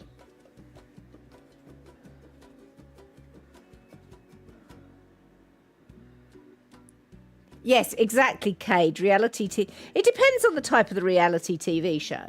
I carefully didn't say any, you know, all types of reality TV show because I'm very addicted to the Great British Sewing Bee.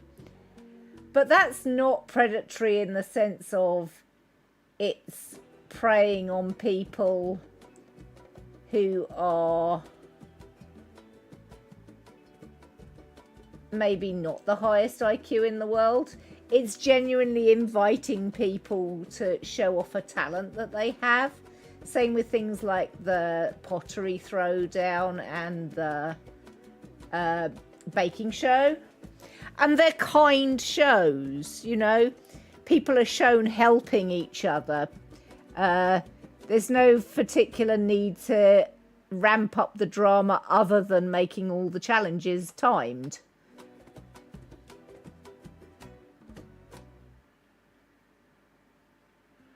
The judges are kind too.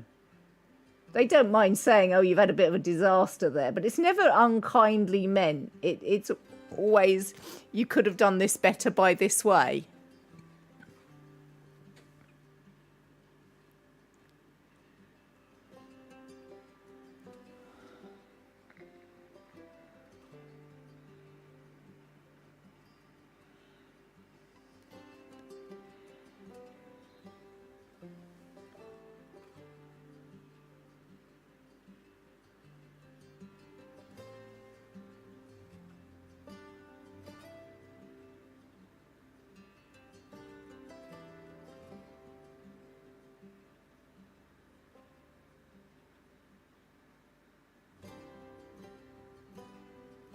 So yeah, I don't like that type of reality show. I've never watched anything like Big Brother or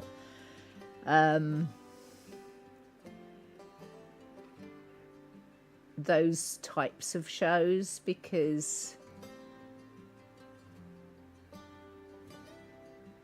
The Biggest Loser, I thought that was a really horribly exploitative show.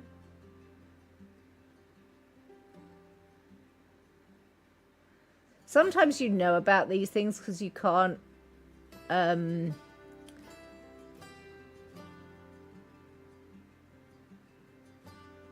avoid the discussions that go on around them.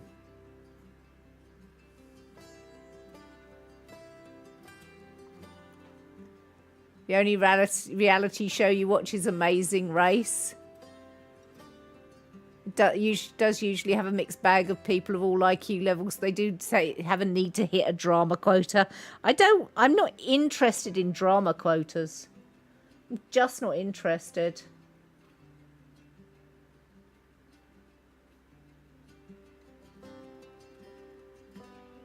I wonder whether part of it is the sensitivity and empathy that comes with ADHD. I can't laugh at people who are in distress.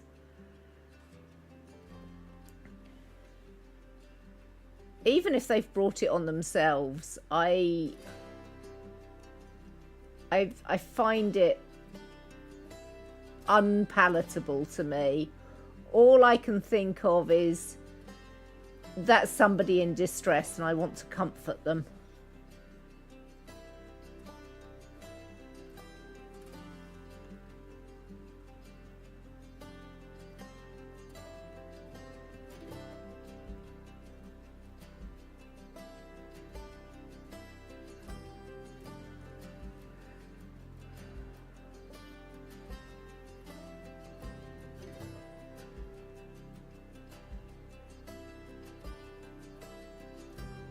You discovered your mum had access to HGTV a few months ago.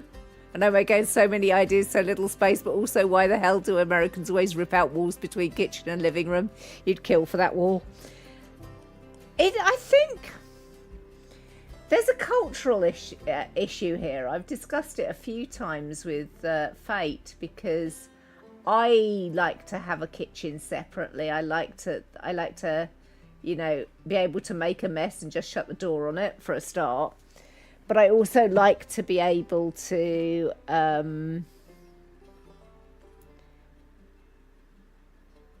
make sure that the smells don't come through. Because, you know, roast chicken's nice wafting a little bit. You don't want to smell it 5 hours later. It's going to wear. And also, I think there's this sort of idea that you're going to, you know, cook and chat to your guests at the same time. This idea of, personally, it horrifies me. I don't want anybody watching me when I'm cooking. It's probably one of the reasons I've really pulled my, you know,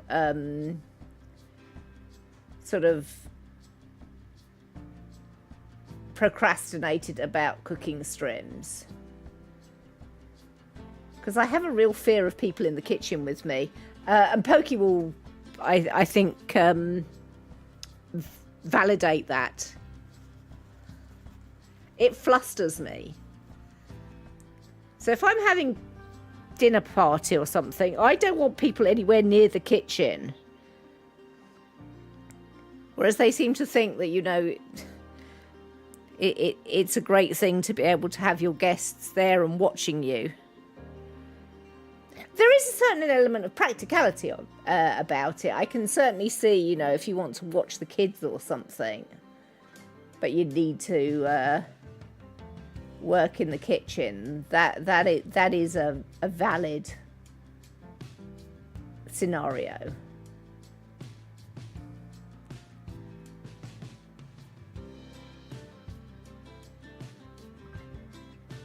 Oh, I recognize this one. This track. Oh yeah, this is one of the ones I put behind I think one of my Idaho videos. I think the Mountains of the Moon. Craters of the Moon. Sorry, not Mountains of the Moon. Craters of the Moon.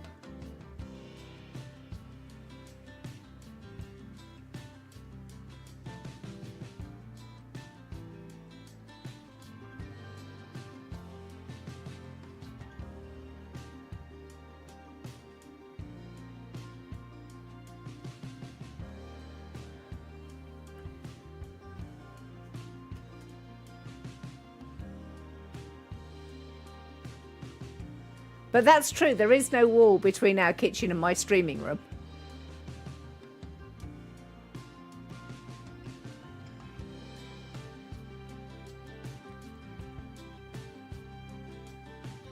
I don't know the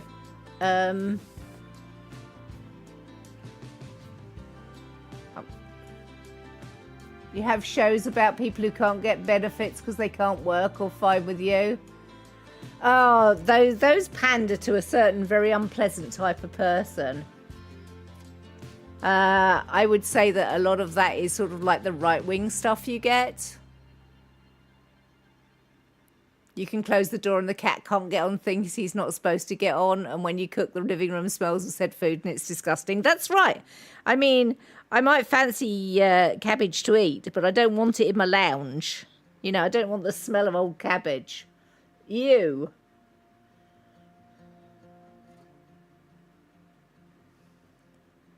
But it's a fashion thing as well.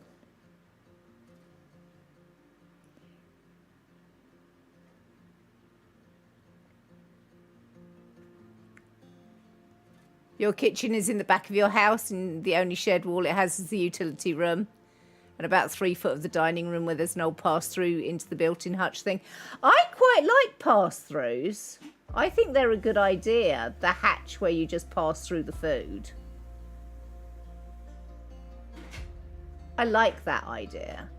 But they're very unfashionable these days.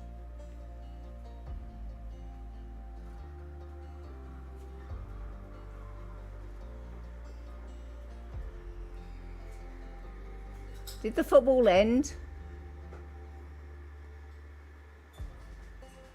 Or is it going into extra time? Oh, it's going into extra time. Ah, that explains why Pokey is suddenly buzzing around down here. I will take my break right now to keep up with Pokey. This is obviously Pokey's having a break before extra time as well. It is about halfway through my stream anyway, so it's not a bad time for me to go and have my break. Yeah, do the thing. Grab yourself a snack, grab yourself a drink. Think about moving your body, changing your focal length, medicine if you need to medicate, water if you need to hydrate, or you can enjoy some Pexel Maze. I will be back in 5 to 10 minutes.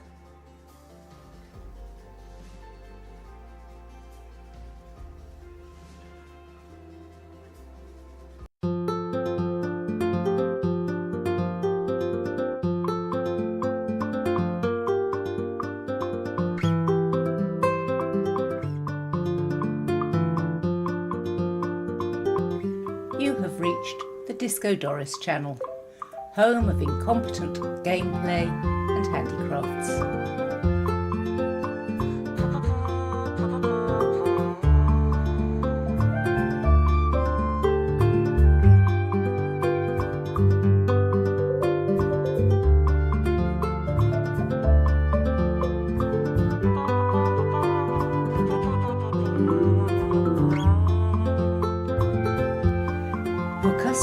Important to us. Please hold.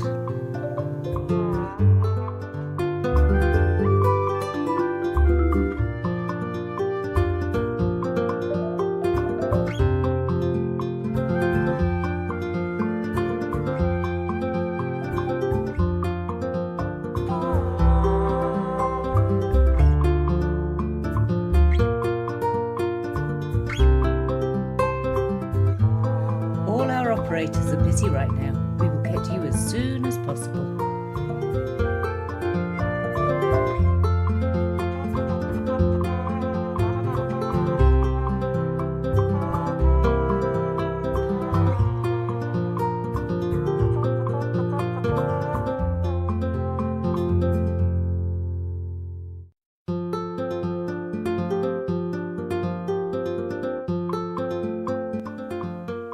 Just a moment, please. We will be there with you shortly.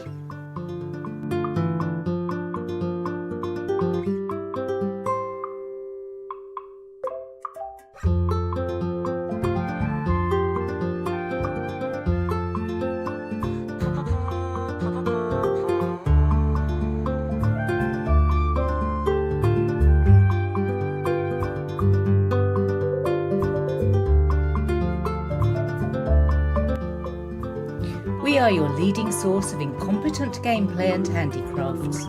Please hold until this content resumes.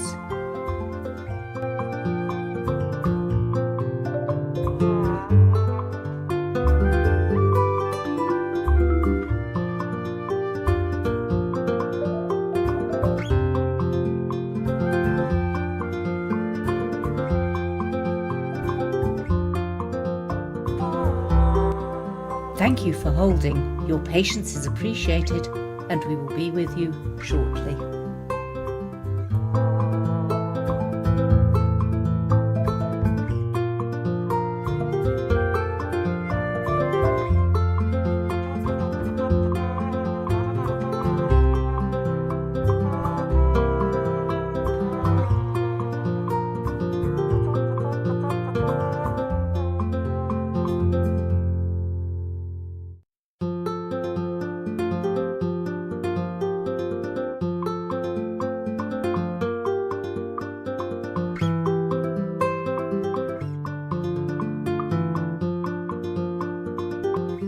You have reached the Disco Doris channel, home of incompetent gameplay and handicrafts.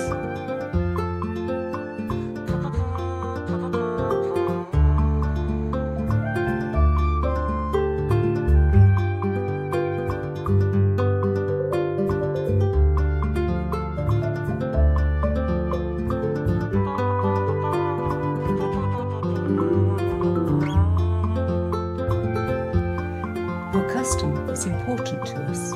Please hold.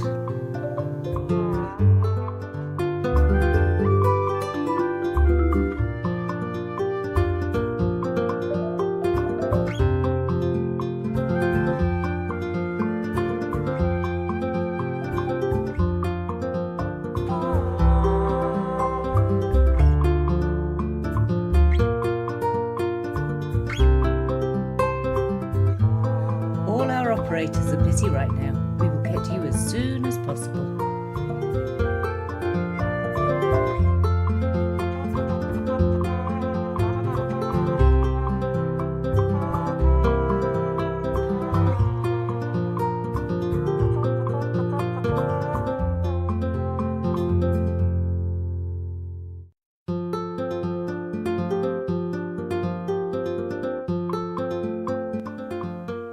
Just a moment, please. We will be there with you shortly.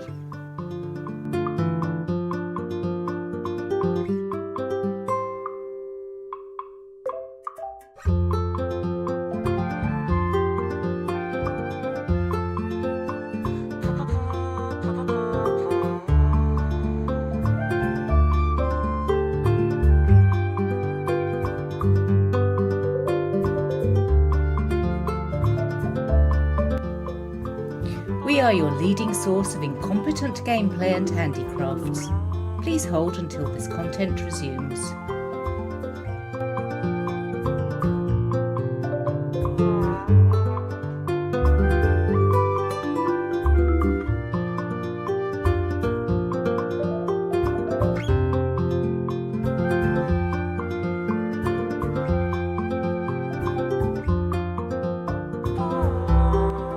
Thank you for holding. Your patience is appreciated, and we will be with you shortly.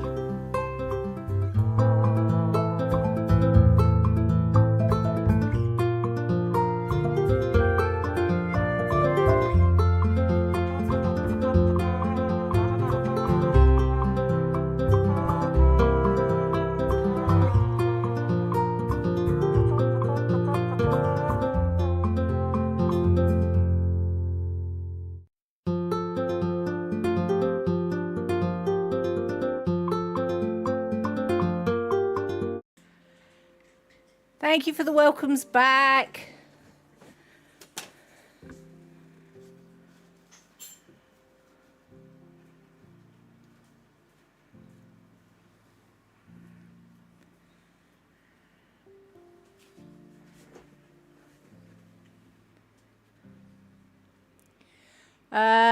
Well done, maybe.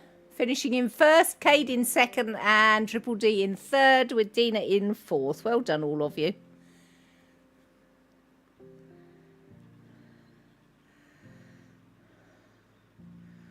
Right, where was I? Over here, I think.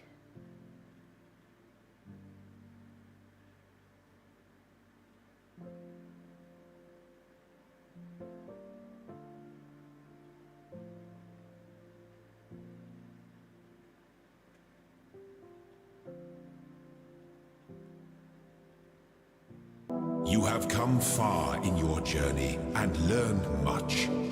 You have served our cause with the truest faith. Therefore, I name you blessed and beloved. Hi, Grace! Buried under a Joey bit here. Yeah, I was buried under a Mandalay for your stream, so...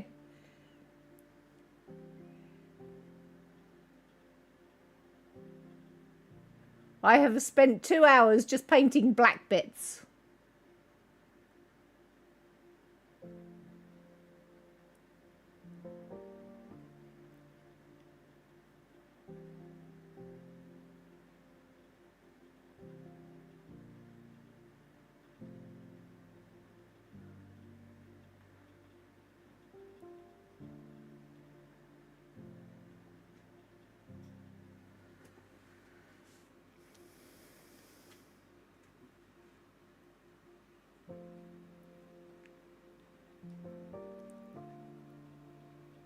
We are twinsies. Yes.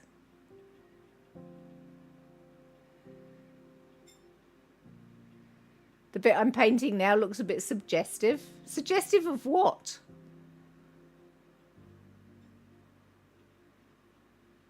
I think I might be worrying about maybe suggestivity.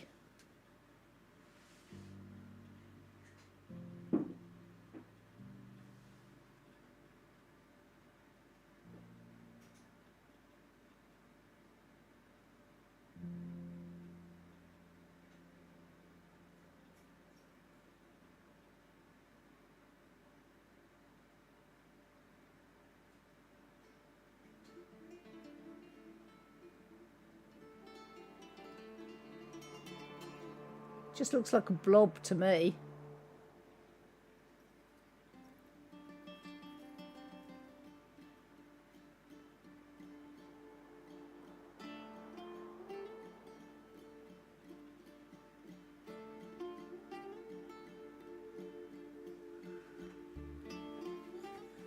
You can see what May sees is of a human pole dancing with the top hat on, dancing on the balcony. Okay, take your word for it.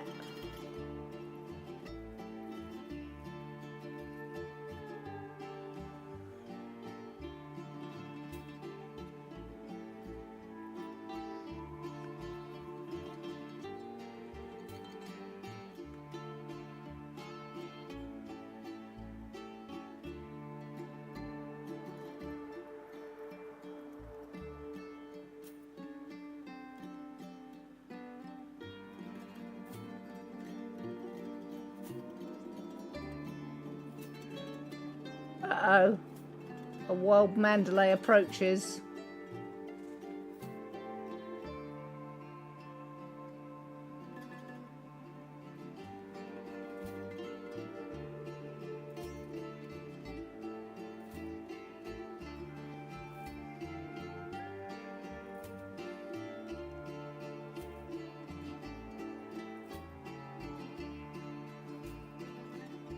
Oh, why is it going so blobby?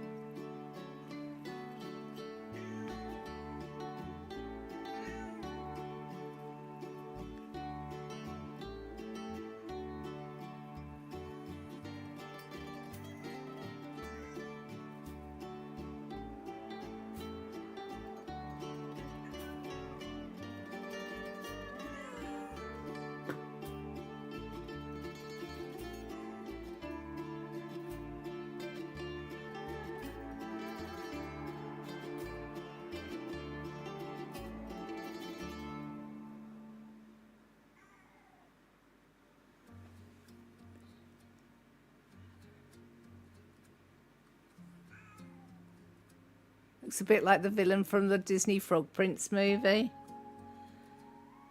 I mean, I suppose I can see what you're talking about, but I don't quite see how it's suggestive.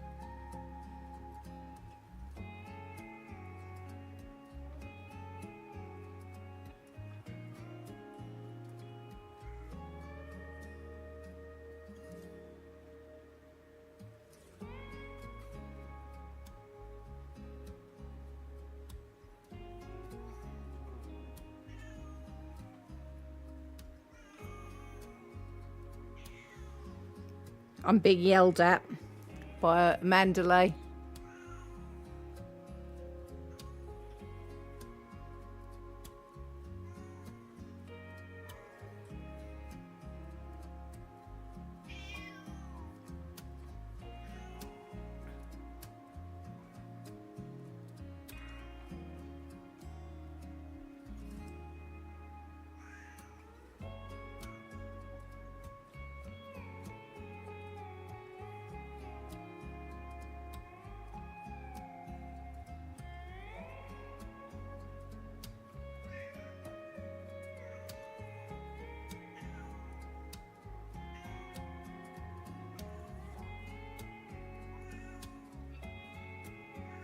Can you hear the yelling?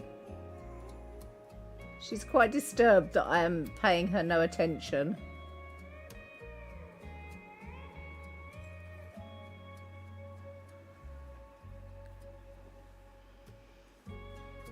You're also being yelled at once again. You should also probably find some food. Indeed. You can hear her yelling then. How dare you not pay attention, poor baby.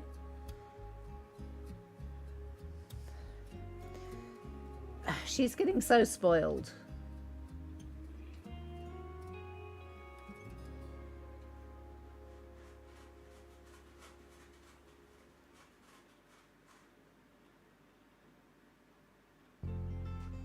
I think I can hear her digging in the litter box now.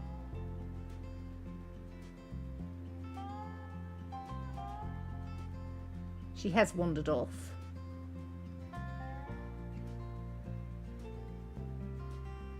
No doubt frustrated at the lack of attention.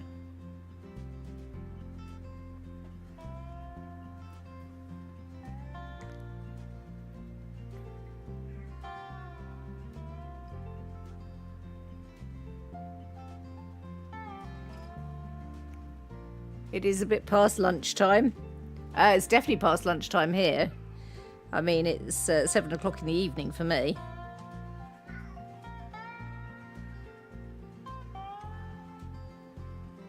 It has been a while since I last fed the poor starving animal. That might be what she's trying to tell me about.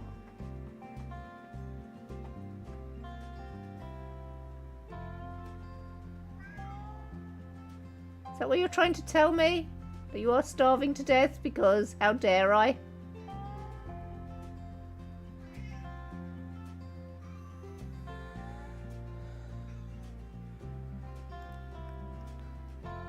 No meowsma at the moment. Claws in the side of my office chair though.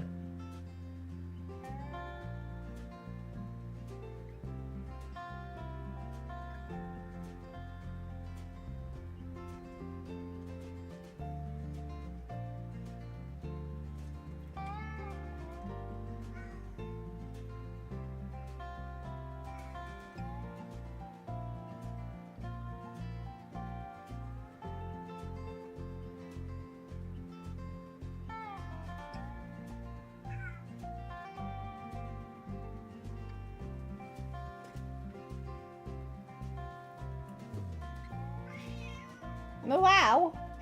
Are you sure?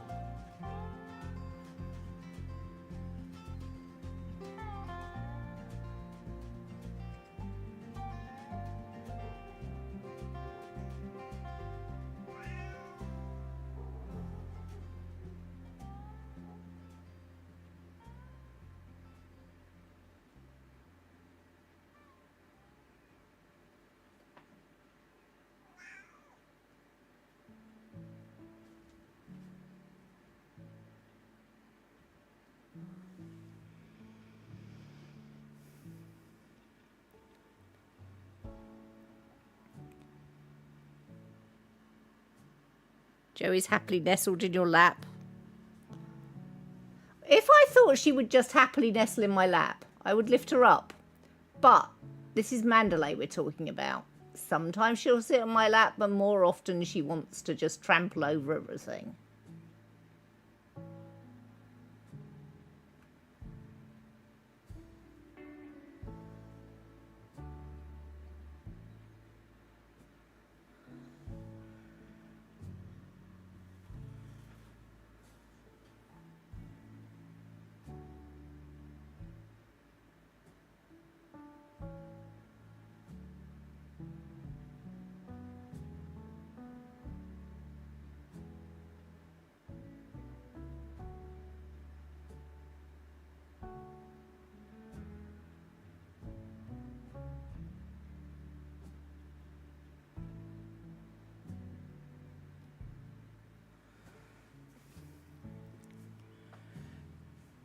We're getting there, though. We're getting there.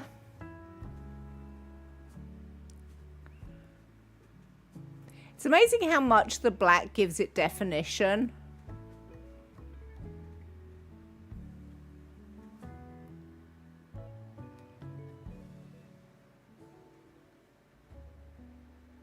Talking of definition, that hasn't got much. Let's put that in a bit more strongly.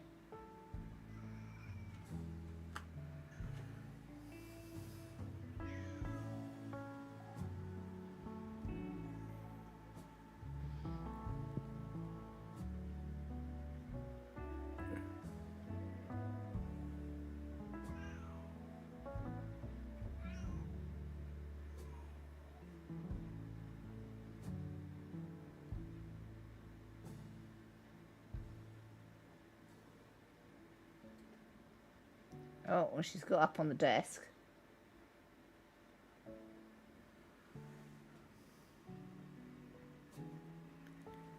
I'm not quite sure what she's going to do up on the desk, but she's walked around the back of the painting. She's drinking the paint water again. What is it with you and drinking the paint water? Hmm?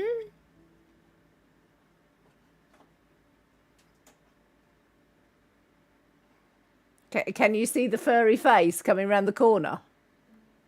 Feel like you can see the furry face coming around the corner.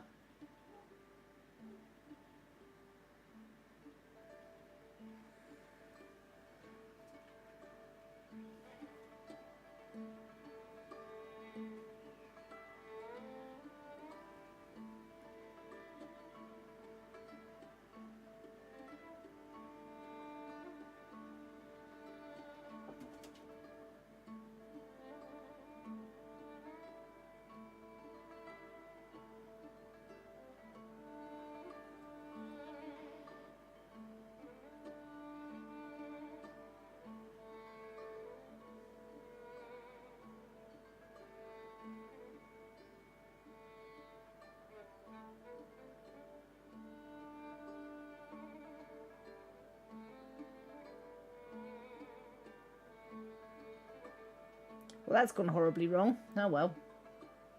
Let me clean my brush off on this bit.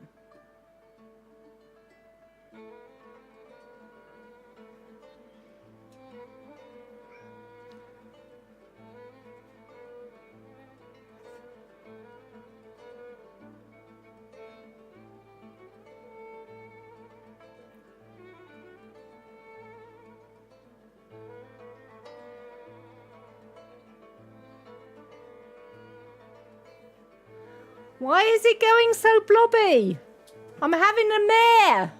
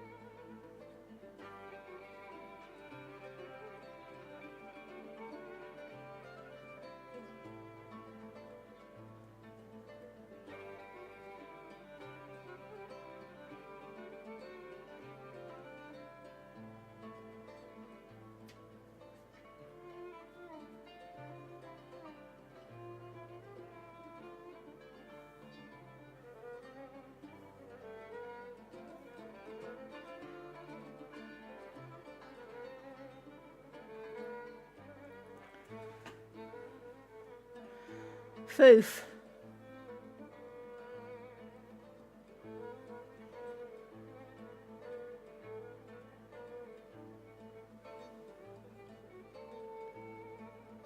This is me getting all perfectionist about things rather than enjoying it as it should be enjoyed.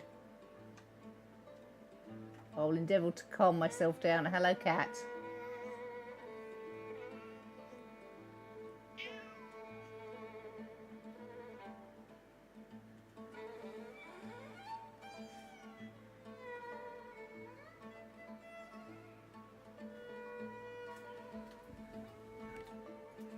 I shall have some tea.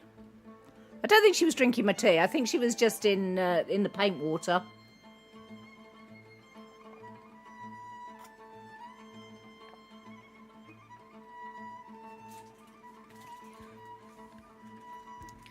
Don't try and scent mark the canvas. It's not yours, it's mine.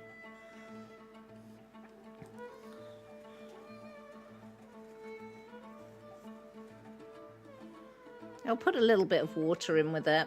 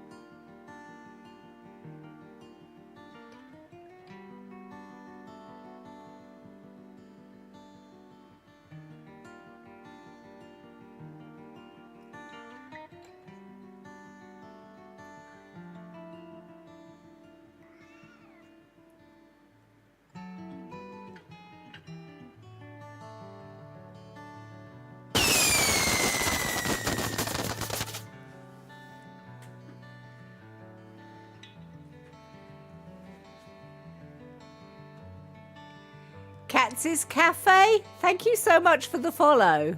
Thank you, thank you.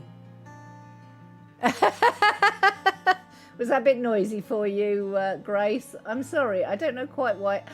Oh, I don't know whether anybody noticed that, but I just had a big blob because somebody smashed my hand. But yes, welcome Katz's Cafe.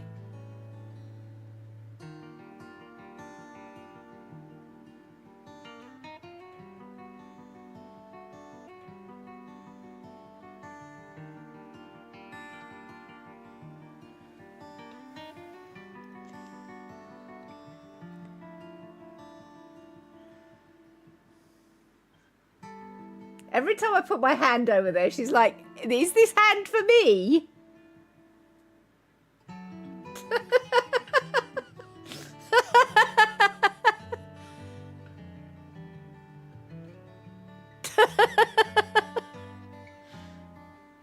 Let's try and get a hand over there while she's not looking. No, the hand is obviously there for her to boff. I think I need to grab the cat. I think there needs to... Come on, then. No, she's backing up now. Flipping typical. And I've got acrylic paint on my desk. Let's clean that up before that dries.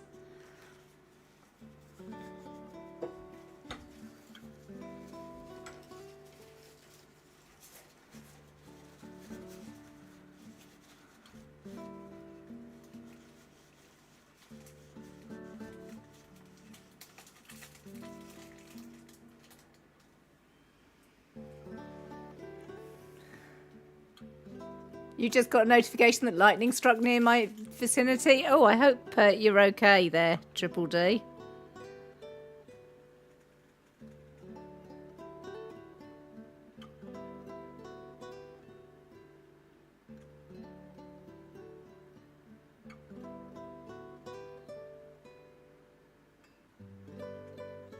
Well, I tried to grab her for a snuggle, but she backed up, maybe.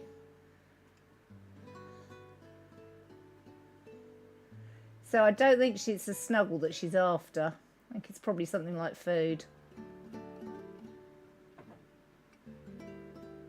But of course, Pokey's watching the football, so she's not getting joy from Pokey. And I'm painting, so she's not getting any joy from me. She's like, I am so neglected.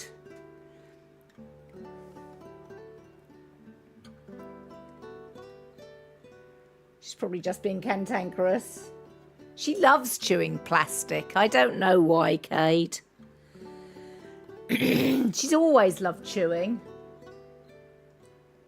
Pokey had a laptop backpack. She chewed the straps right up. It was like kitty teeth marks all the way down it. It's like, Mandalay, you are not a dog. Please refrain from doing such things.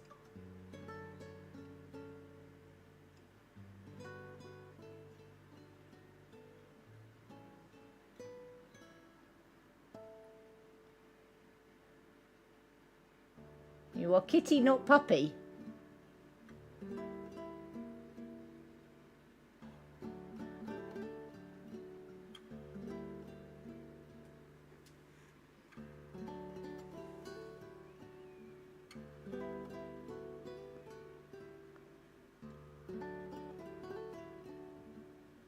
You had a big thunderstorm kill your router through the telephone line years back. You were very grumpy. Yeah. Understandable.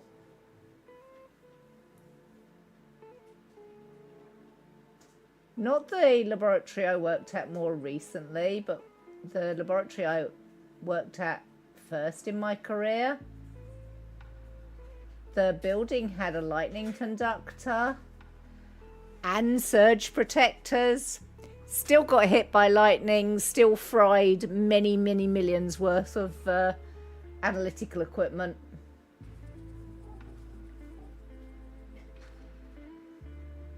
Where I used to live, like the county I used to live in, had a really high incidence of thunderstorms. Like 2 of the pubs I used to drink in got struck by lightning.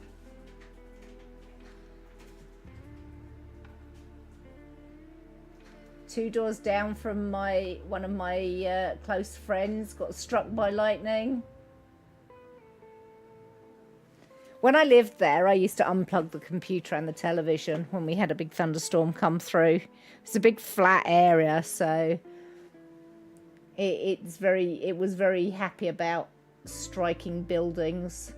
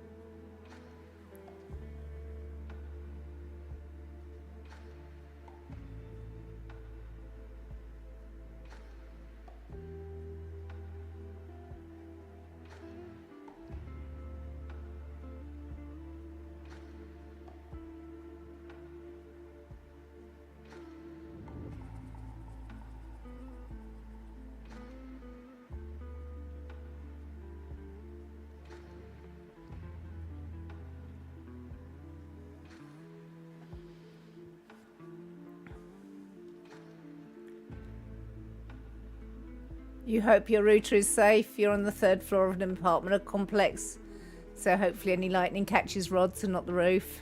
You fed Mandalay while you were waiting for the penalties. It's gone to penalties now?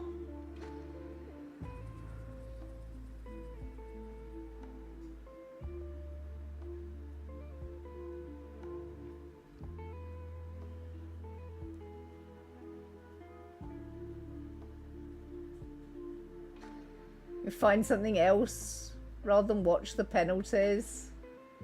We always go out on penalties. It's our best way of leaving a competition. Or our most frequent way of leaving a competition. England go out on penalties.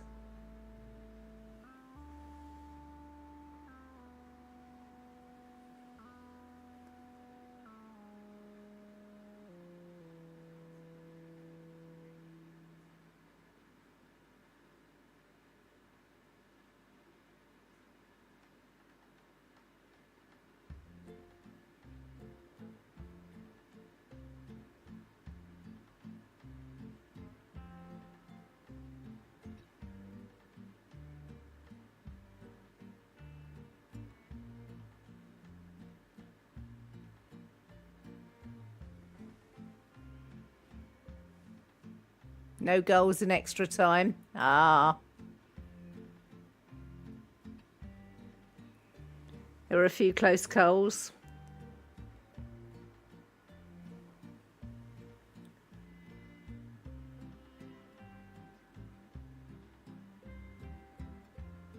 You have come far in your journey and learned much. You have served our cause with the truest faith. Therefore, I name you blessed and beloved. Marbled Care Bear, thank you so much for the sub. How are you doing, Care Bear? How's it going?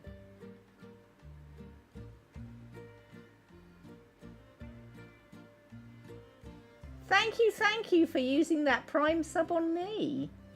It is very much appreciated.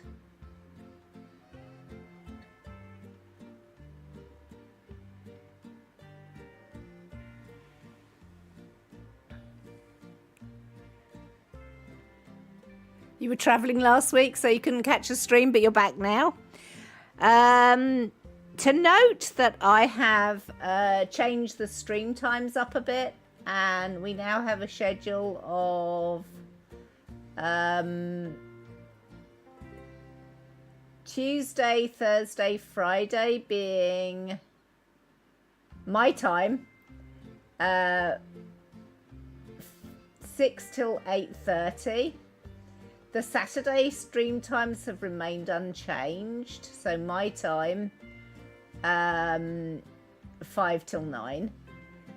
And tomorrow's the Sunday stream will be 6 till 10 p.m. for me. Oh, thank you, Maybe.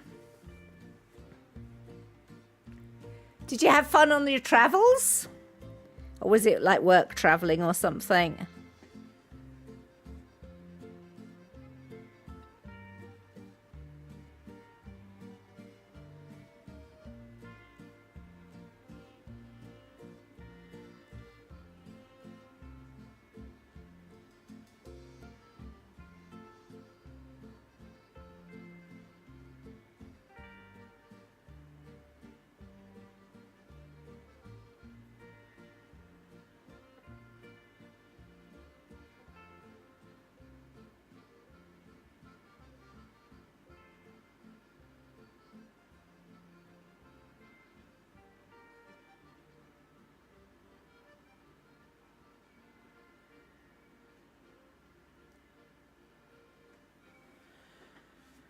Spent time with your parents, snuggled the family dog, good food and relaxation. Oh, nice.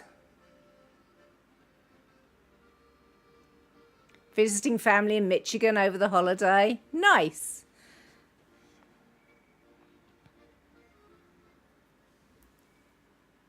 I think Darp's back in Michigan at the moment.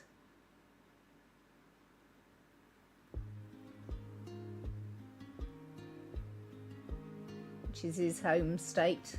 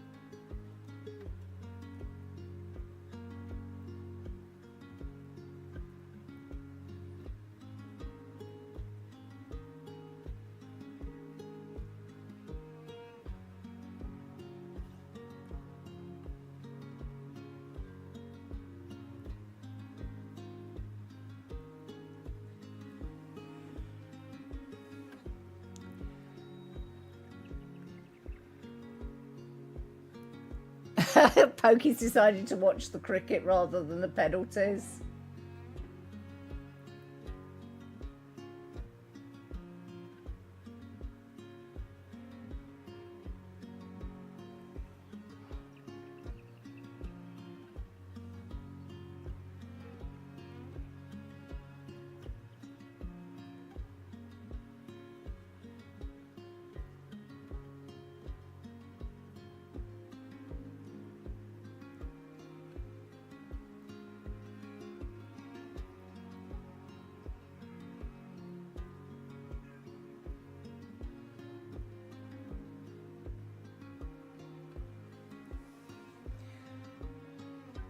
I'm not sure. I might have finished the 20 for the time being. That might be all the black I need to do for the time being. That was a lot. Two and a half hours doing just the black bits.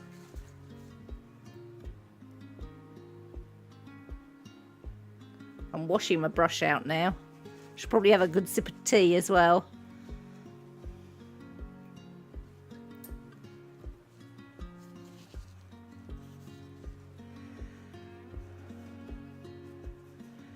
I think I'm going to pick up 14, which is a colour for the sky. So just looking at it, there's 14 here. Let me move this back again a bit. How's that looking? Oh, you can see my T now. That's a bit too far. Okay, let's bring you back to about there.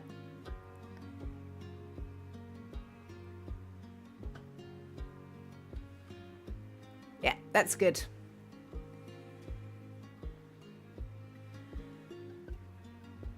You have a sewing project beside you that you're neglecting. You're going to join in on the crafting vibe and crochet along for a bit. I mean, that sounds good, Care Bear.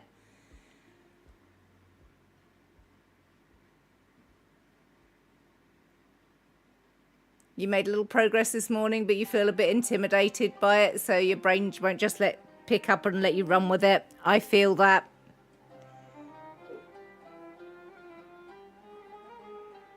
I understand what you're saying, maybe.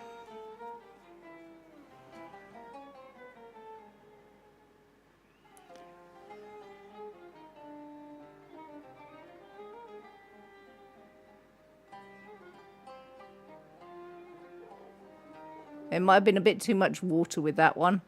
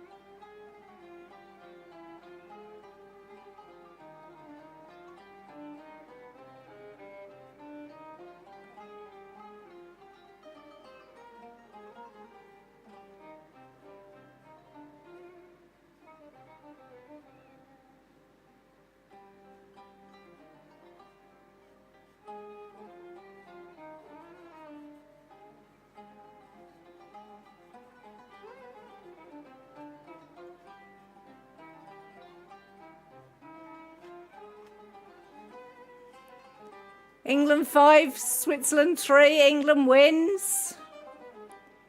You finally have less than 200 pages of the book to go. What are you reading right now, Grace? I finished the book I was reading earlier.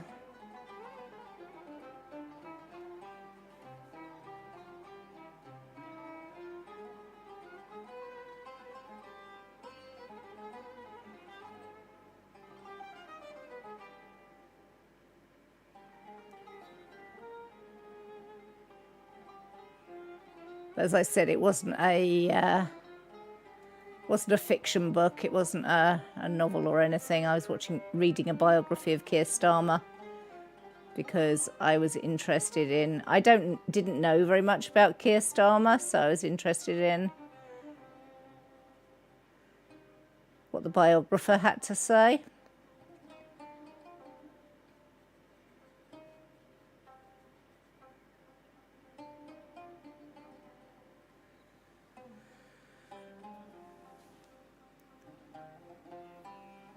Oh, still the Taran Matharu one? Okay.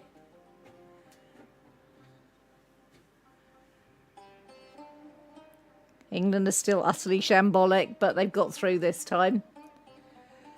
Well, you know, that's sometimes the way it be.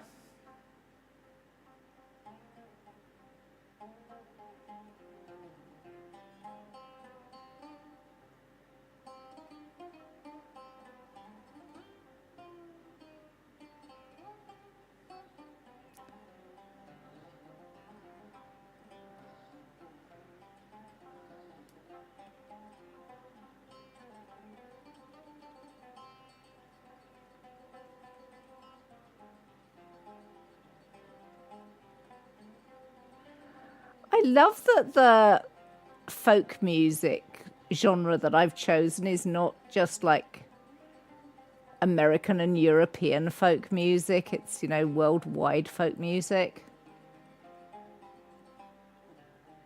I am appreciating. What's this one called? Mini Samai. It's definitely got sort of like an Eastern flavour to it. I don't know whether actually Asia or... I mean, it sounds quite Asian, but it could also be North African.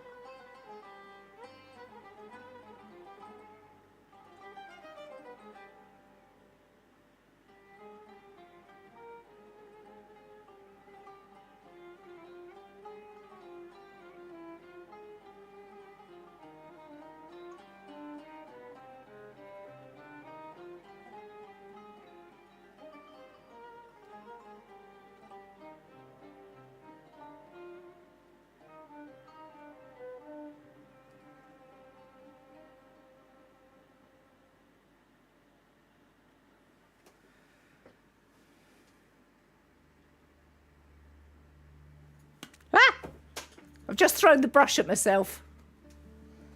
It's under the desk. I'm going to have to go down for it.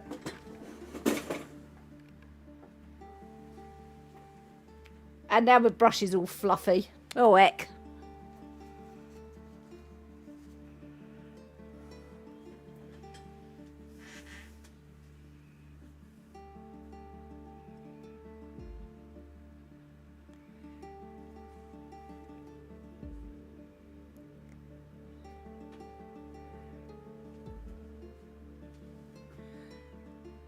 Babylonia by Constanza Casati. I've got a feeling I've read something of hers, but I'm not sure what.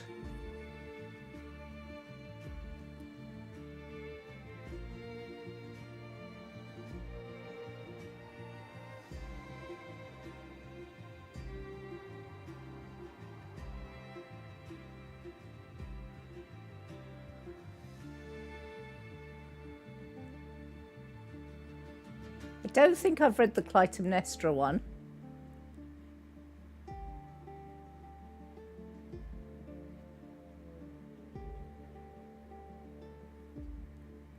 That's the problem with reading as much as I do.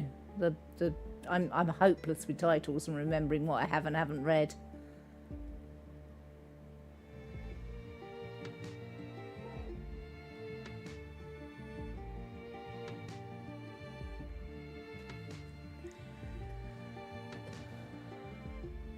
Hazards of paint, throwing the paintbrush around and getting all the fluff off the floor onto the brush.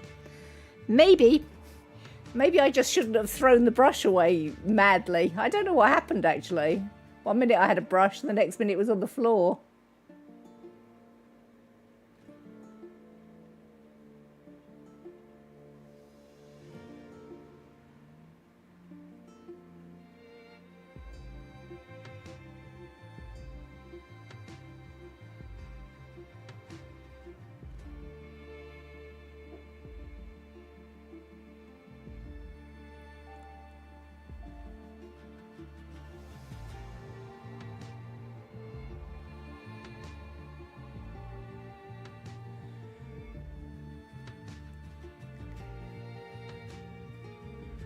We've just finished Carrie Soto is Back by Taylor Jenkins Reid. Does for tennis what Rocky did for boxing, and you enjoyed it.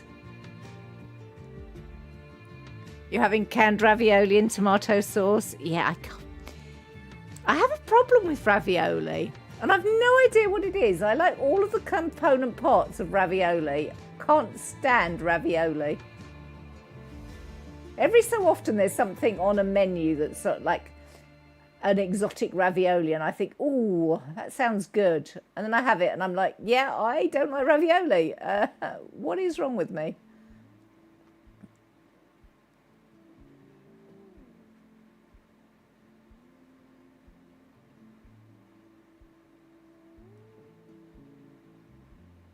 But I hope you enjoy your ravioli. I have nothing against other people having ravioli. Ravioli is one of the things you missed when you were vegetarian. Fair enough.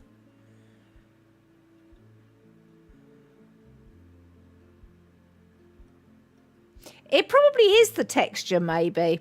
But it's probably the texture of things put together in a specific way. Because, you know, I like pasta. And I like the texture of pasta. And I like the fillings. And I like the texture of the fillings. But somehow the combination does me a mischief. I have no idea why.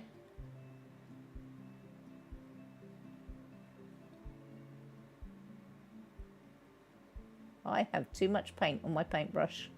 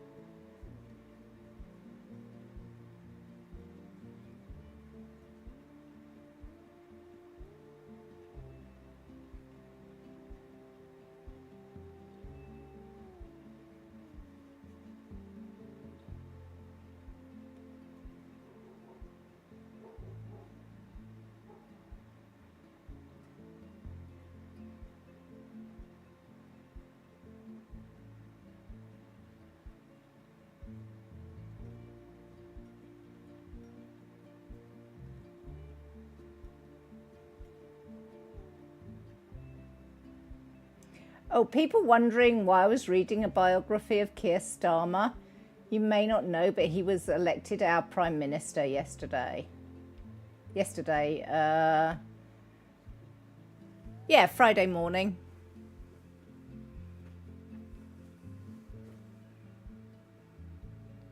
They always put veggies in the sauce for the veggie ones. That's just disgusting. Yeah. Ravioli seems to have a gooier texture than other pastas. Hard to get it al dente. Maybe. My easy go-to meal is muesli. I really like muesli, and I make up my own big vat of muesli. I like that in a bowl with milk. That's my easy go-to meal. And before people worry about like the nutrition on that, because I make it, it's very heavily nuts and seeds. So it's quite high protein in it, even though it's completely vegetarian as well. So it, you know, I use oats, 7 different types of nuts, 4 different types of seed, and 2 types of dried fruit. And that with some milk. Nommy. That's my easy go-to meal. But I can't feed that to Pokey, so that's the downside of it. Pokey is not about the muesli.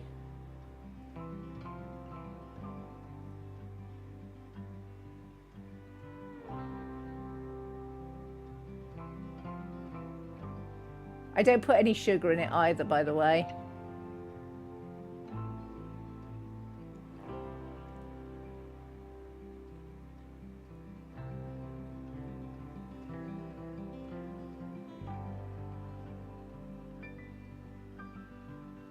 Cereal is an also easy to go meal. Yeah, I don't particularly like cereal because I find it too low in protein for me. It's all carbs.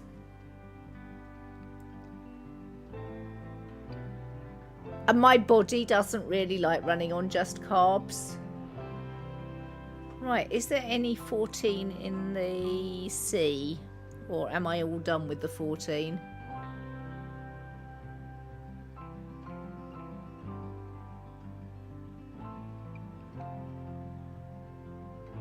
I might be all done with the 14.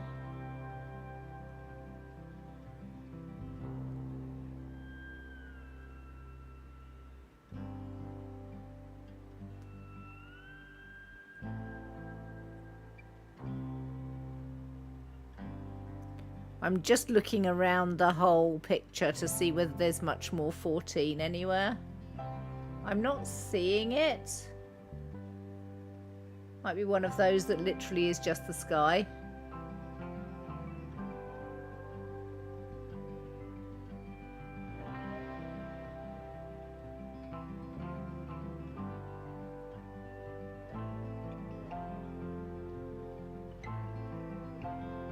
I've seen some more 20, which is already annoying me. Oh well. Oh, I found some more 14. It's further down the sky.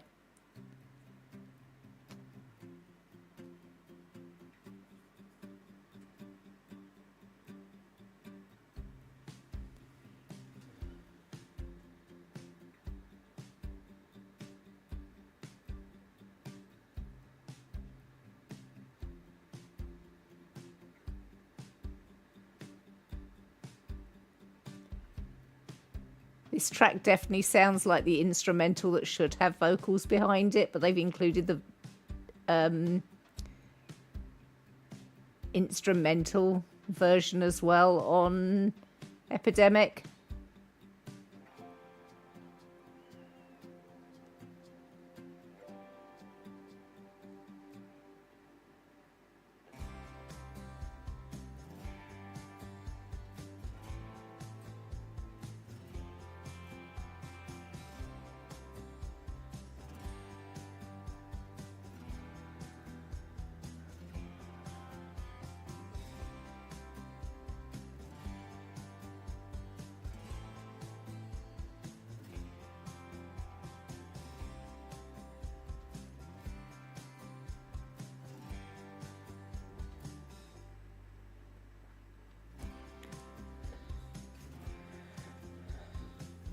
You sometimes eat muesli that's basically oats, dark chocolate chips and yogurt. You usually mix granola or muesli with Greek yogurt for more protein. I mean, yes, absolutely great idea, but I tend to have a breakfast of fruit, Greek yogurt and nuts. So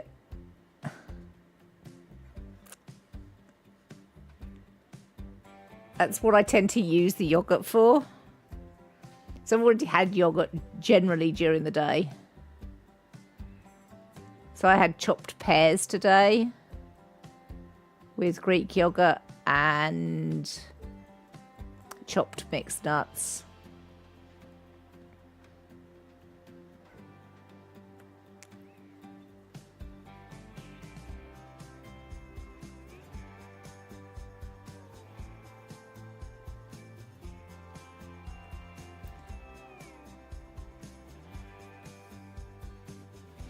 Actually, thinking about it, my muesli does also have dark chocolate chips in it. They're high cocoa chocolate chips, though. They're dark chocolate and they're 70% cocoa solids, so very high cocoa content.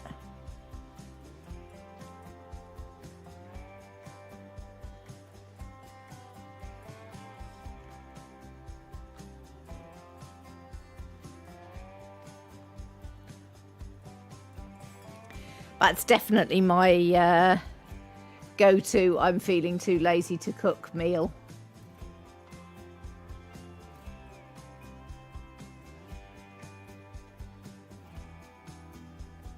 I think it's great that we have these. You know, this is something that I will eat that requires no effort. Because sometimes you do have those days when you need to eat, but you also don't need effort.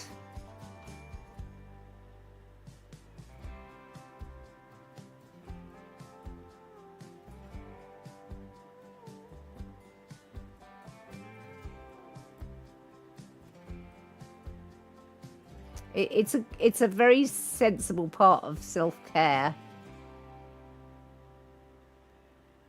I mean, the other I can't be bothered to cook is order pizza, which is not so good, but there we go. Your ADHD booty needs those kinds of meals sometimes. Absolutely. You grabbed the wrong Kellogg's package a few months back and accidentally bought the frosted ones. I suffered because they were so sweet. That would be the one that I would put sort of Greek yogurt or something with, because that slightly sour Greek yogurt would attenuate the sweetness a little bit.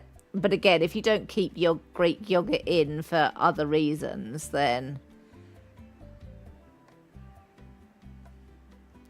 I've always got Greek yogurt in the fridge. I find it one of those really, really versatile ingredients. And as I said, it's my breakfast. Greek yogurt with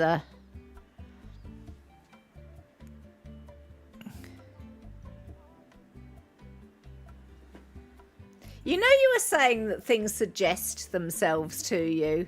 This cloud here that I've just been doing looks like a deer that's heads behind the building.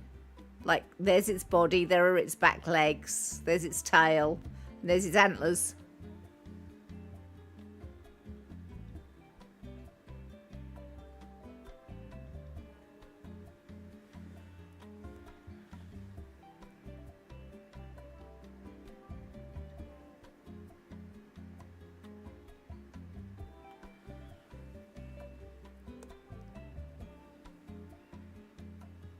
Your life would be easy go-to meals if not for going over and actually cooking good food while you eat lunch with your mum. Yeah.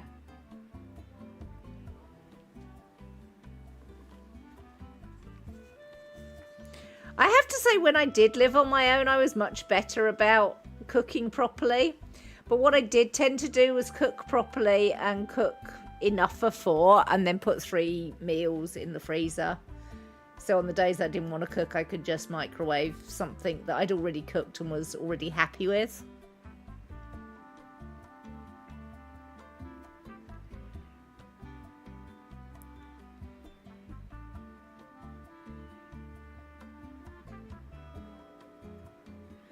I'm just wondering what colour to do now. I'm thinking one of the watercolours.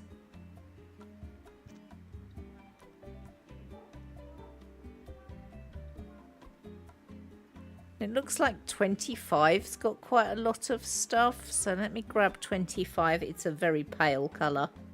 Interesting. I wonder whether there's much 25 in the sky. I don't see any offhand, but I haven't looked properly, so...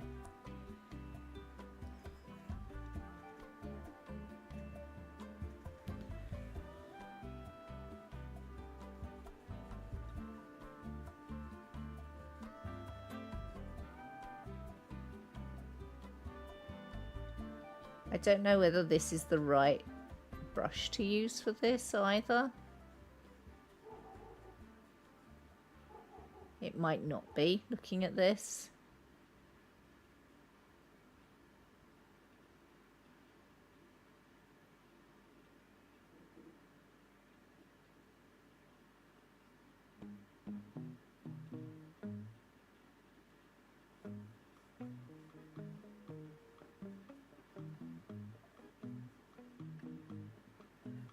I think I'm going to clean that brush out and use one of the smaller ones. Bear with me whilst I clean the brush.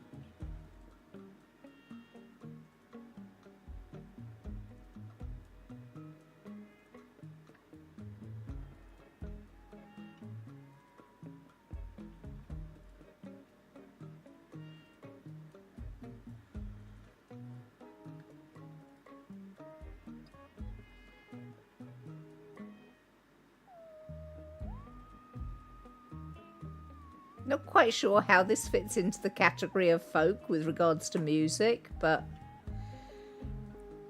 whatever. Epidemic sound. Is Kitty rubbing the mic? No. Is there a funny sound? You do that too when you make spaghetti sauce. You make enough to freeze 3 portions and eat one. Yes. Your mum hated cooking, so she loved having leftovers that were easy. Raised you to cook for an army, so there were leftovers to freeze as well. Yeah. Funnily enough, I don't do it when I'm cooking for other people. I don't like cook for, you know, if I was cooking for 2, I don't cook enough to have leftovers generally. Although having leftovers in this house is a challenge anyway.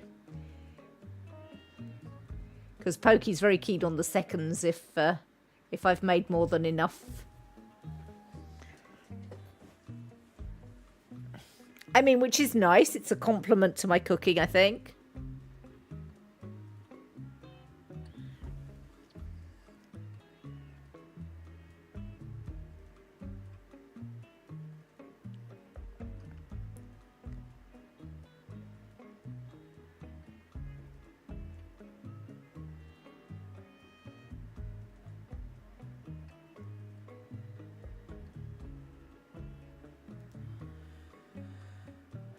Joey's farted. Help. Oh, no. It's the Meowsma. It's got grace.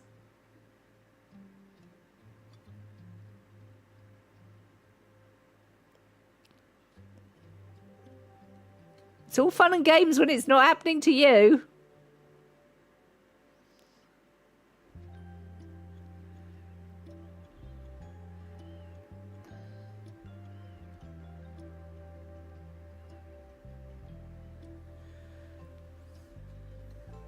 Indeed, poor Grace.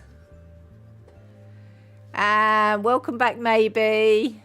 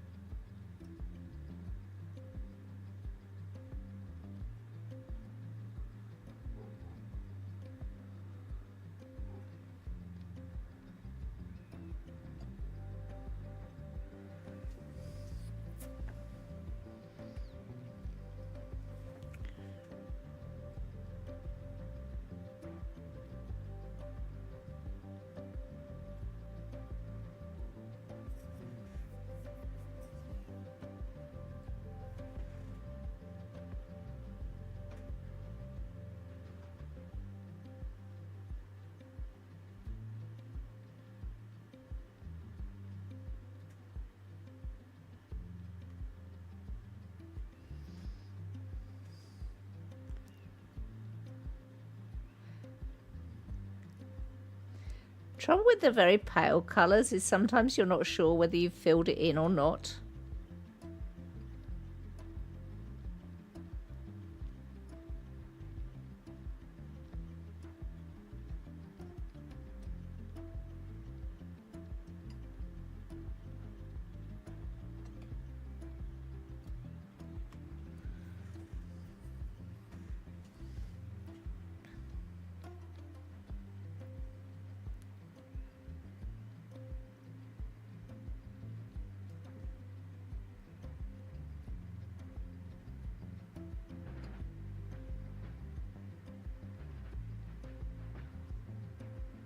Seeing plenty of 26 and 24 in the sky, but no 25, so that's good.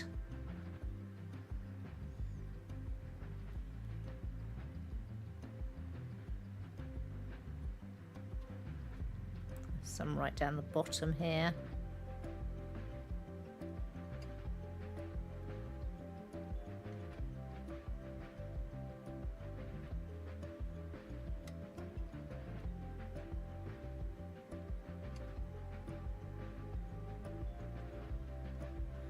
Don't even know that it's on the screen. It probably isn't actually looking at that.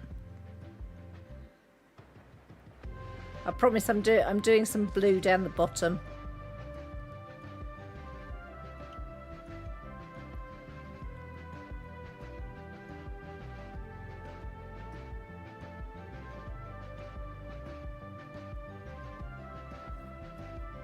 Oh, I'm getting blue on my easel. Oh well.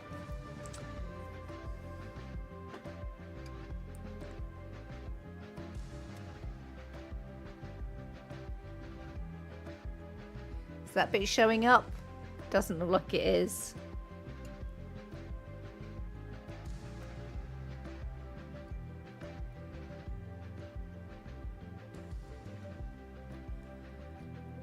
Oh yeah, just about.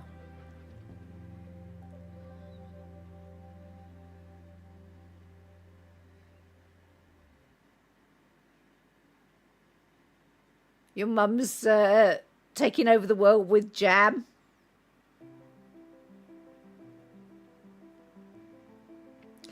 Incidentally, people think that, you know, the UK and the US use jam and jelly differently. Well, to a certain extent we do, but there is actually a difference. Jam keeps the whole fruit in it.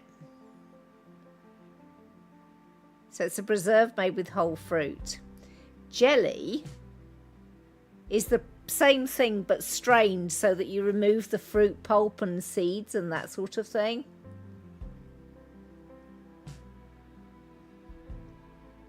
I mean, the UK then confuses things by using jelly for any fruit dessert made with gelatine.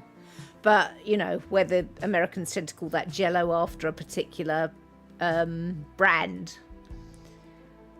But we do still use jelly in the preserves term as well.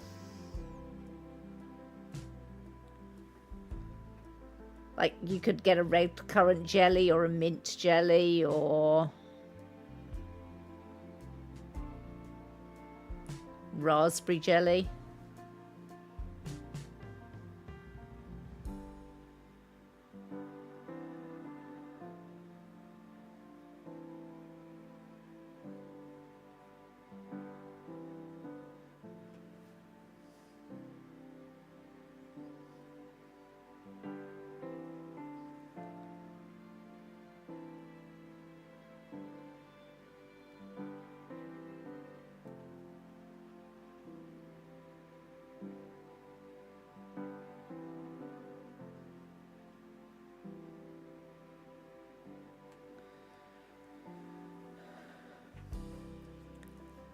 They will often use preserves when they mean whole fruit as well. Jam means fruit, but all mush. Jelly is clear and no pulp. Yes.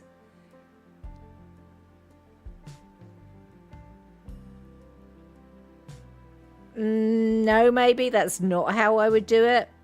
Jam, to me, is the whole fruit. Preserves is just a generic term for any of it.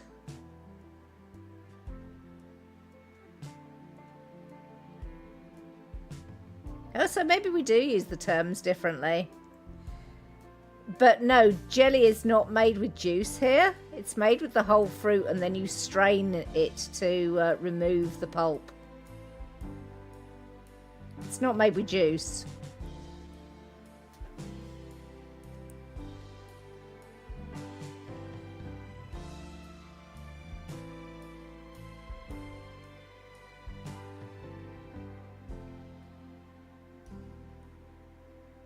Yeah, juice wouldn't set.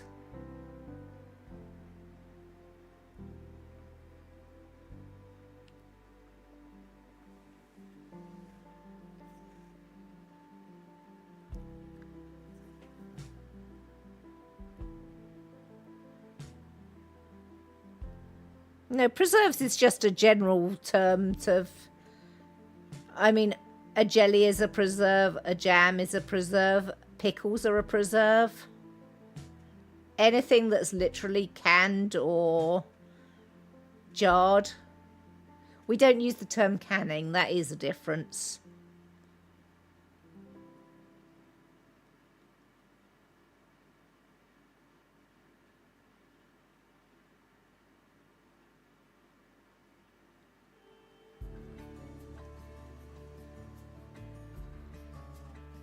If something's canned over here, it's tinned. As in, it is put into a tin. We literally call it a tin can. If it goes into glass, it's normally being preserved.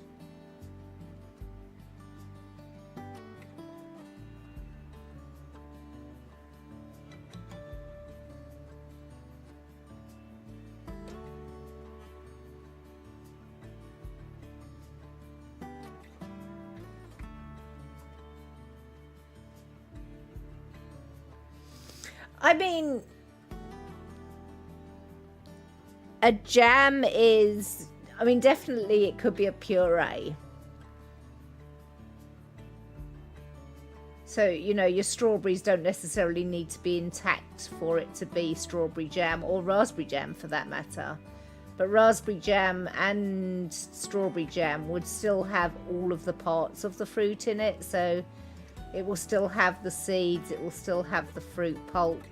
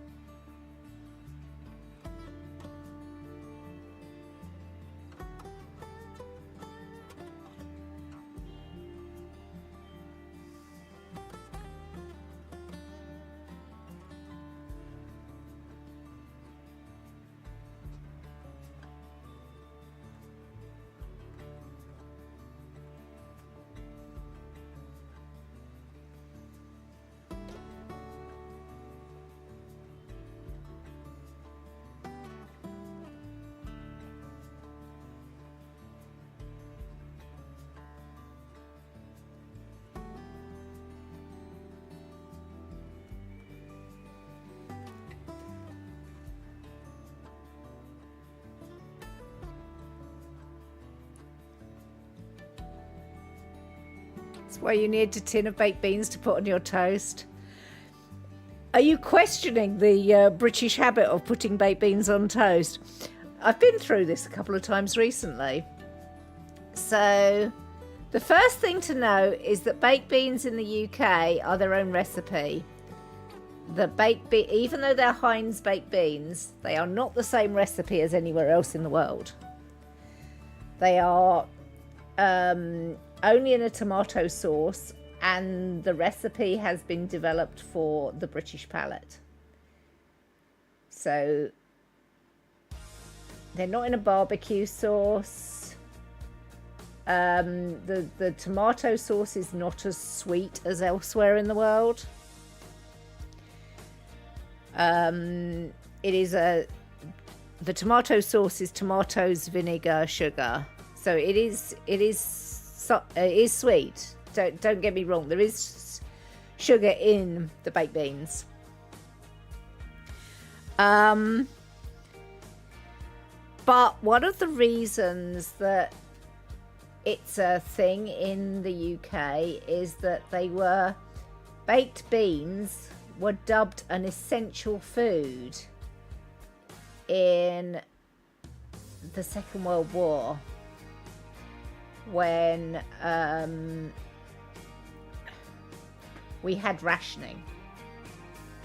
They were easily got, they were a cheap source of protein, and there wasn't very much else to put with them. So people got into the habit of doing the beans on toast. So toast, little bit of butter, maybe dripping, because again butter was rationed. Dripping being the fats that come out of meats when you cook them. And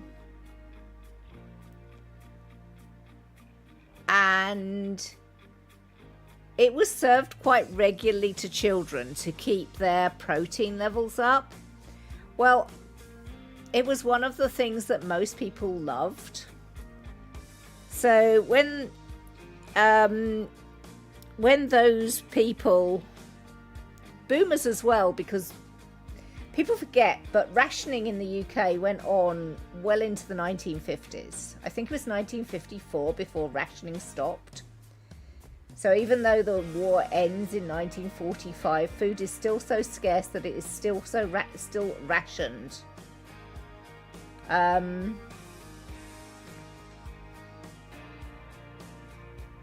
So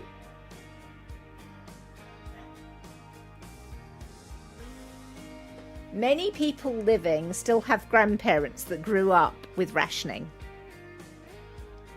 Even the younger ones have grandparents that grew up with rationing. Not all, obviously, but it became a comfort thing, and those grandparents fed it to their children, and they fed it to their children, and beans and toast has never gone away as a comfort food. It's quick, it's easy, it's relatively nutritious.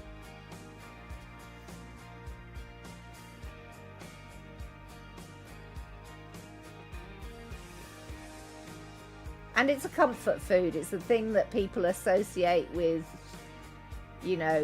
childhood enjoyments.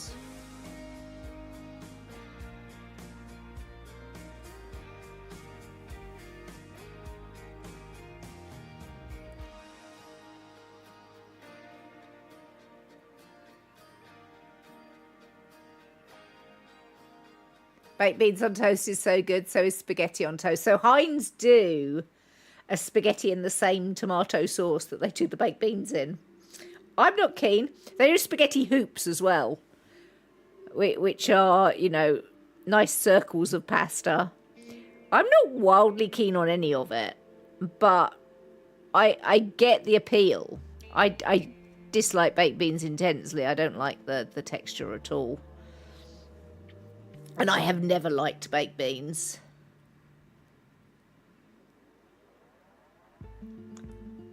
But you have to have cultural context to these things sometimes.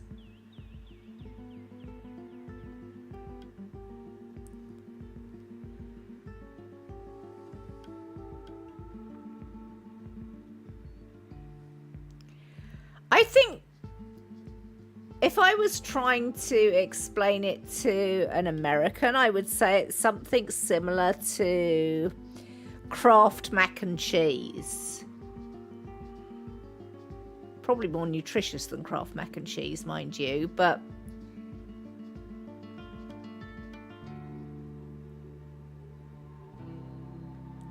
it's like it's something that you had when Mum couldn't be bothered to cook too much.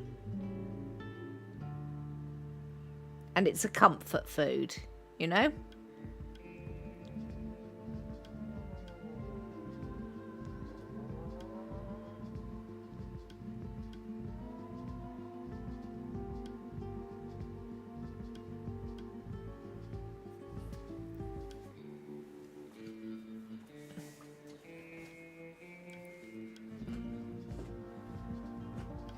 You prefer Bubble and Squeak? Bubble and Squeak is excellent. I love Bubble and Squeak. Bubble and Squeak, if you don't know what it is. So, again, this is a cultural thing. Brits tend to have a roast dinner. So you get a piece of meat, it's baked in the oven, and it has various sides, but you generally have roast potatoes, maybe some boiled potatoes, various different types of veg, which might be broccoli, might be Brussels sprouts, might be cabbage, might be carrots, might be peas. Generally you'll have side vegetables. And Bubble and Squeak is the day after the roast dinner, and it is leftover potatoes and the leftover veg. What you do is you mash up the potatoes, you add an egg to the mashed potatoes to give it some body, and you include all the old veg. You might also chop up an onion to go in it, and then you fry all that together. So it's like a potato cake with vegetables in it, and it's delicious. It's really, really good.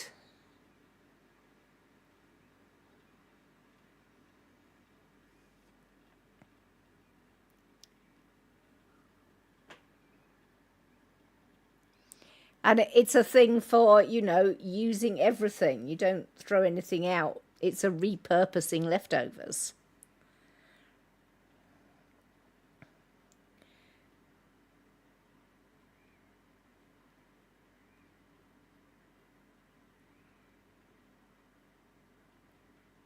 But I have made Bubble and Squeak for several of my American friends, and they've always loved it. No, cockaliki, no, chicken and veg, maybe.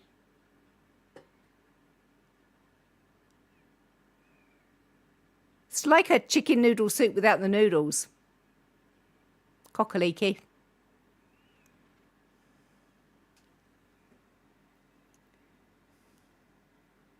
Poor rooster, indeed. Toad in the hole? That's sausages in a batter pudding. One moment, the music have stopped. It said I had 726 tracks, so I'm not sure why it stopped.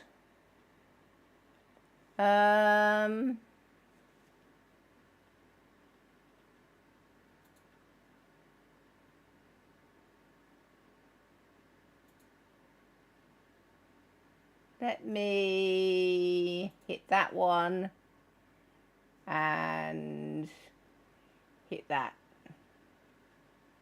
Hang on, vocals. No, thank you.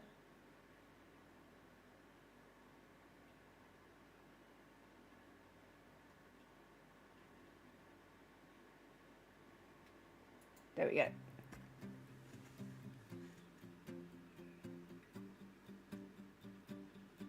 Yes, cockaliki's well, cockaliki's actually Scottish, I think. There are various different soups from different parts of the UK. I think cockaliki is very much a Scottish. offering. So obviously British, but Scottish rather than English. Bubble and Squeak, and the reason it's called Bubble and Squeak is because that's what it does in the frying pan, by the way.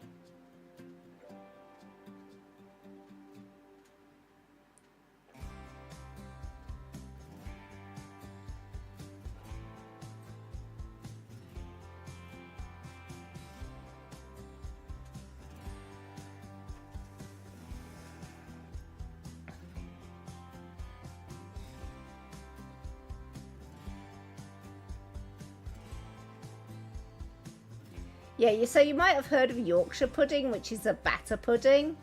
So batter puddings, they are like a pancake mix, a savoury pancake mix, no sugar in it. But eggs, flour, salt, no raising agent. You don't need a raising agent. Or do you? Maybe a little bit of baking powder, but not very much. And milk. So you whip the eggs and the flour together to provide a really sticky paste. And then you add milk until it just about flows. And you would put something like a muffin tin, but much bigger than muffins, like 3-4 inches across. So something like a muffin tin. And you'd have that in the oven, and you'd have oil in the bottom of each of the cups. When it's hot, you pull the tin out and you pour the batter in and you put it back in the oven. And that's how you make a Yorkshire pudding. But you use the same batter.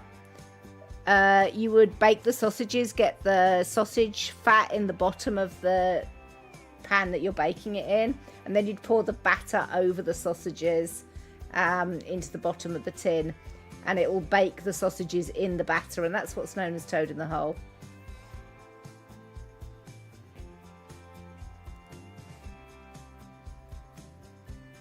You're just listing foods you heard on Are You Being Served? Fair enough.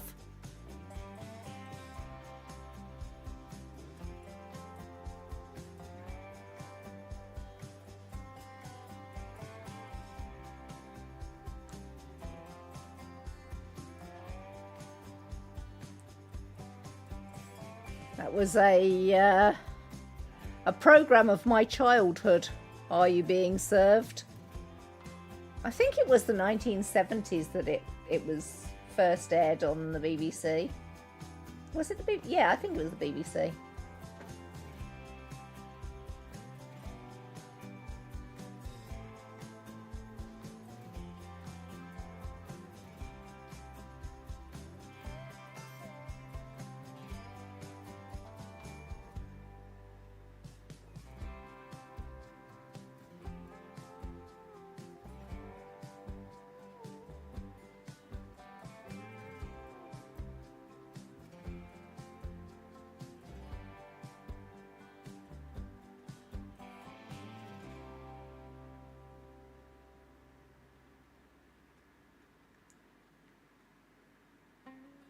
I've probably missed some bits, but I think that's most of 25 found now.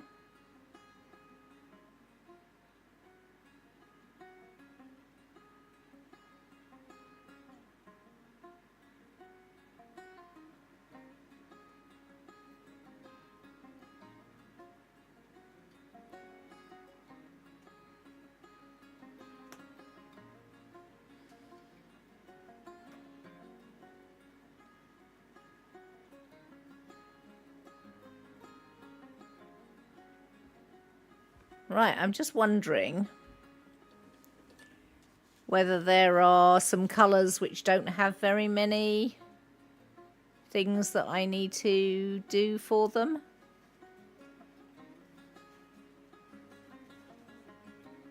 I don't see a massive load of number ones, so I might go to number 1 now.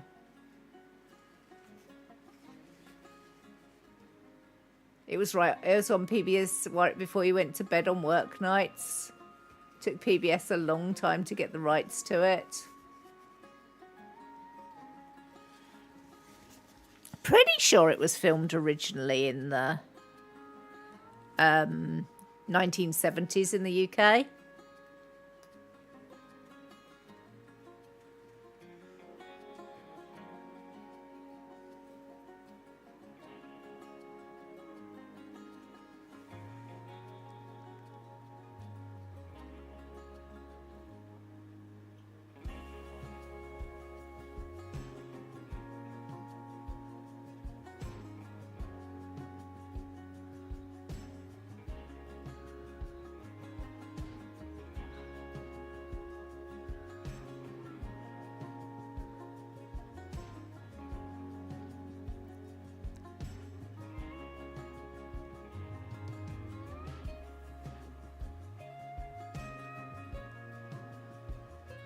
'72 to 1985 was when it was broadcast in the UK.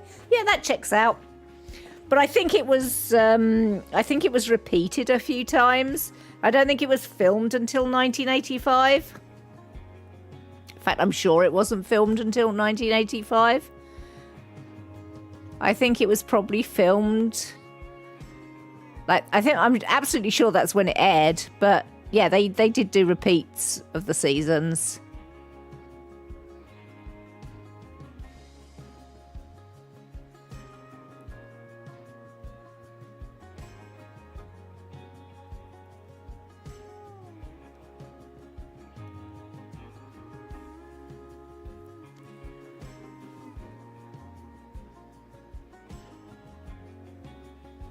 Also, hello, Dan. Had to be. They only had 69 episodes.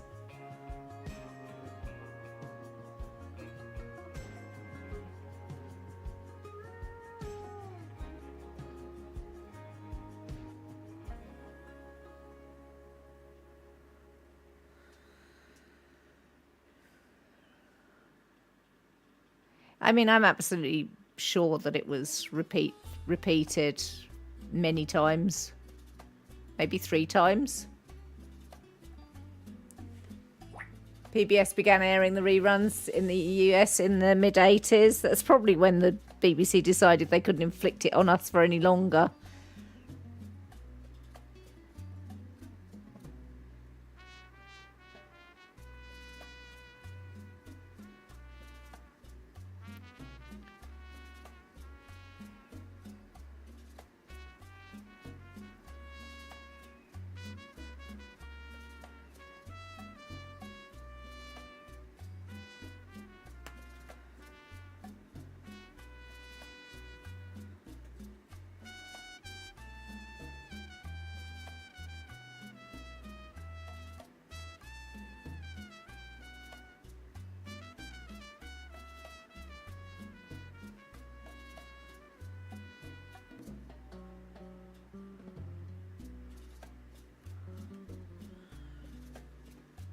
Connor, probably in bed by now, maybe.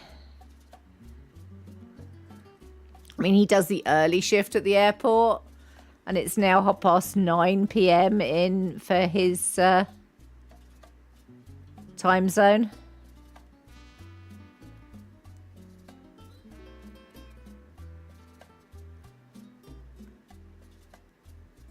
He doesn't often catch me for that reason. He's normally... he often pops in and says bye-bye before he heads off to bed.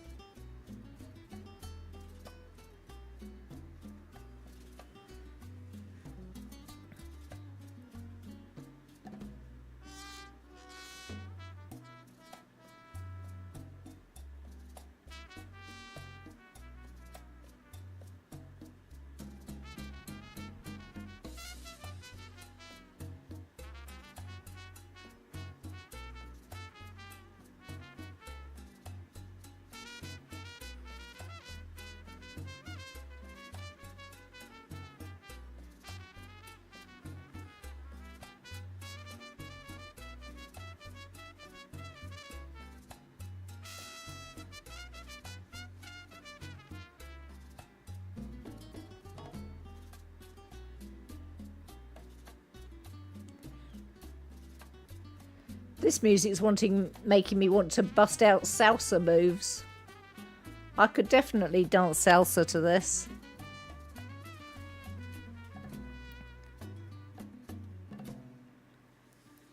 And yes, there is slow salsa as well as fast.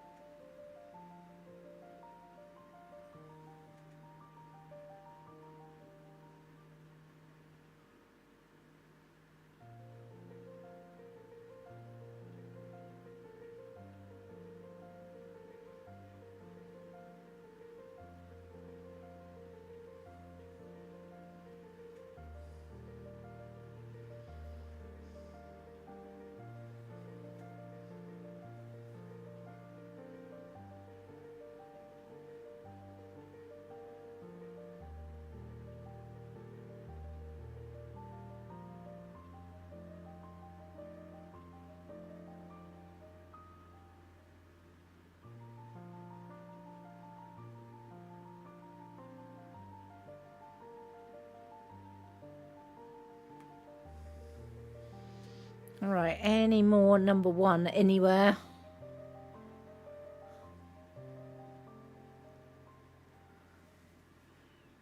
A little bit up here. I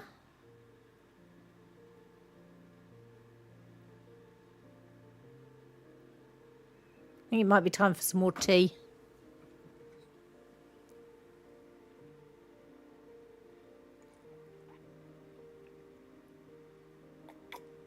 Sometimes you'd get Dad's Army and Agatha Christie. Dad's Army's not too bad.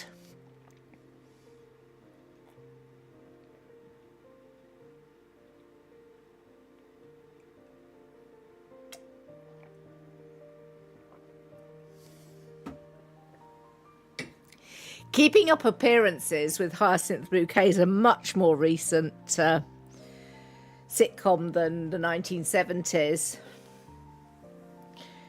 We have some really ones that have aged terribly. You know, you have to remember that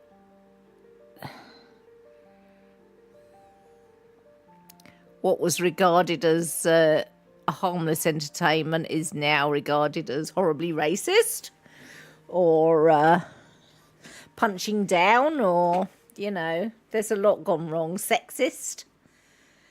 We've matured a lot since the days of the 70s.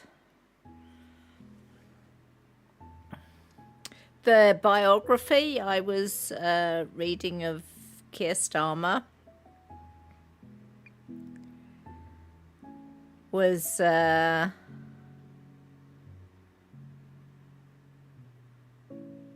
saying he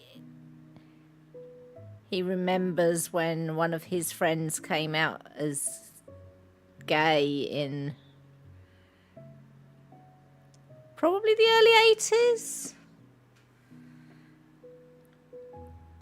His father threw him out of home, and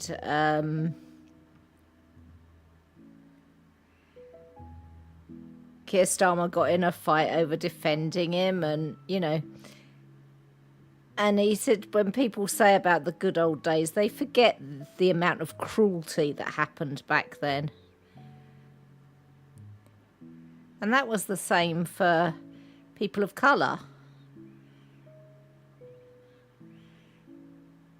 Whether, you know, they hailed from places like the West Indies or India or Pakistan.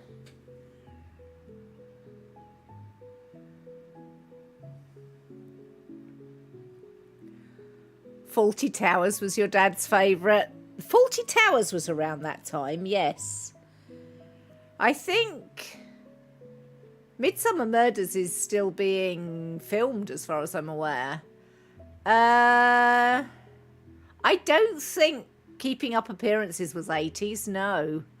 I think it's a lot later than that, 90s and 2000s for Keeping Up Appearances. Again, I could be wrong. Keeping Up Appearances is not one I ever watched. So, there is that.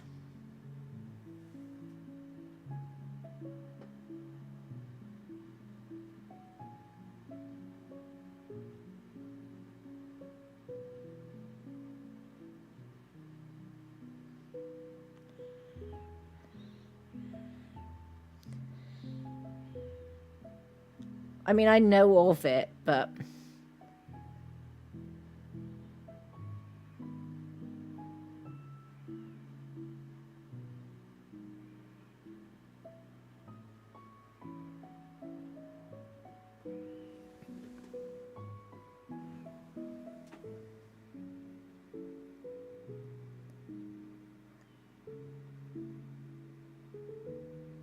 Yes, it was the one with the Bouquet family, Dina.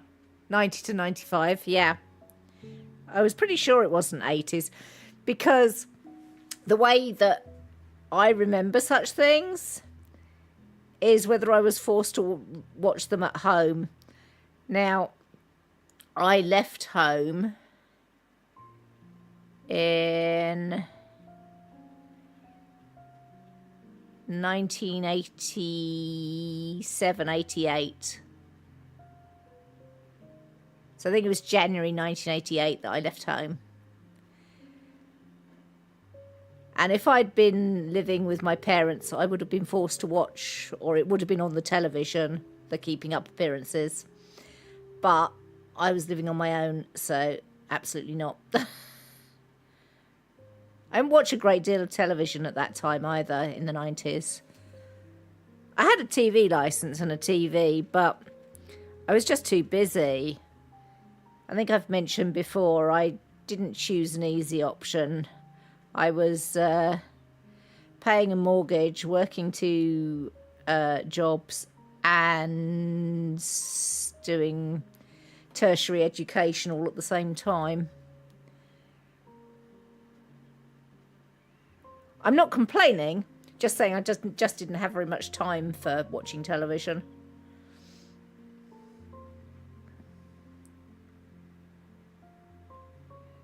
Most of what I watched in the early 90s was Saturday children's shows.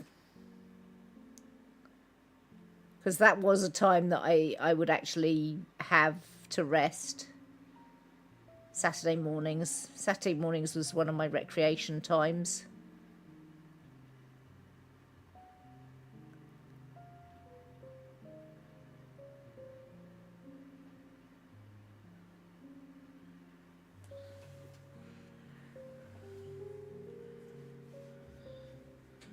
You lump Keeping Up Appearances with One Foot in the Grave and Only Fools and Horses.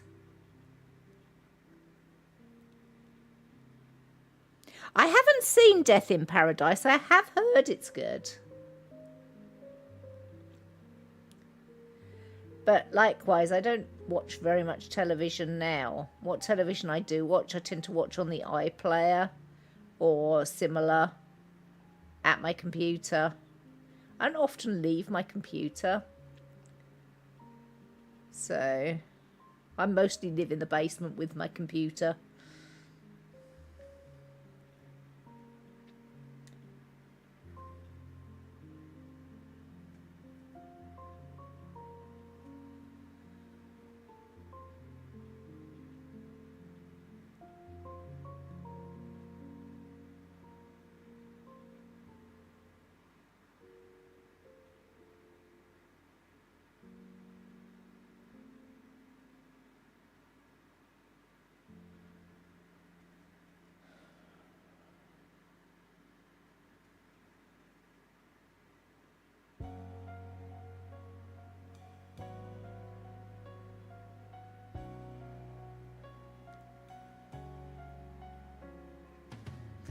Faulty Towers is actually spelt with a W. Fawlty.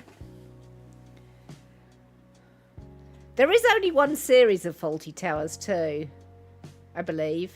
There's either only one series or two series. There's very few episodes of Faulty Towers.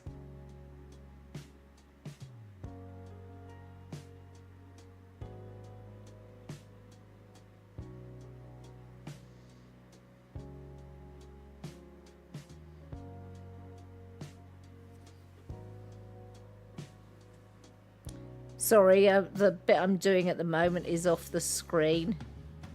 Bottom left.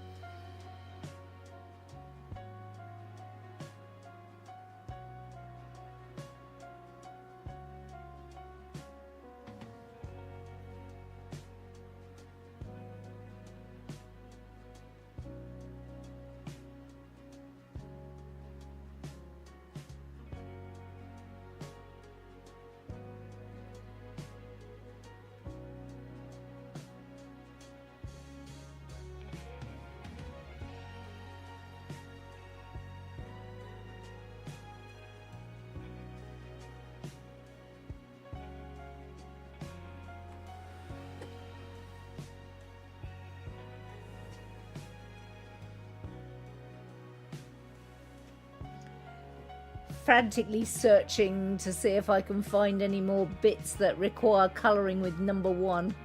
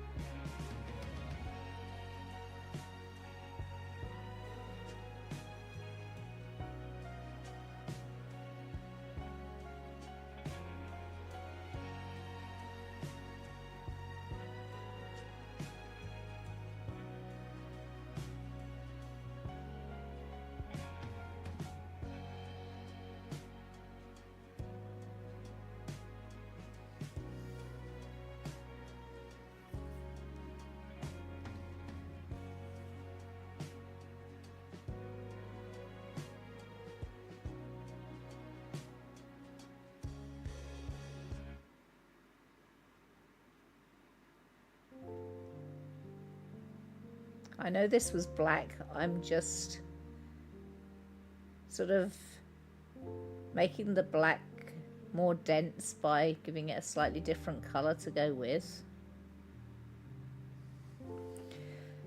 After all, this is paint by numbers. I can, if I choose, make my own artistic decisions on it.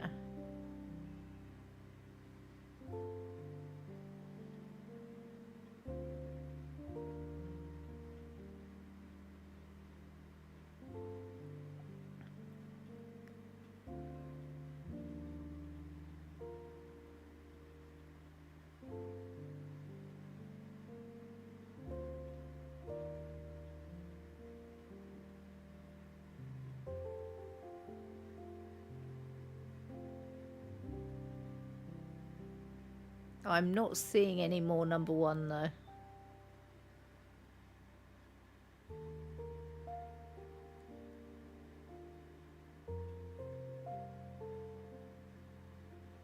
You mostly remember how the kids of the village and neighbourhood would change the letters of the sign out front of the hotel. One you most remember was farty towels. Yeah, it was a bit similar to The Simpsons, as Pokey says.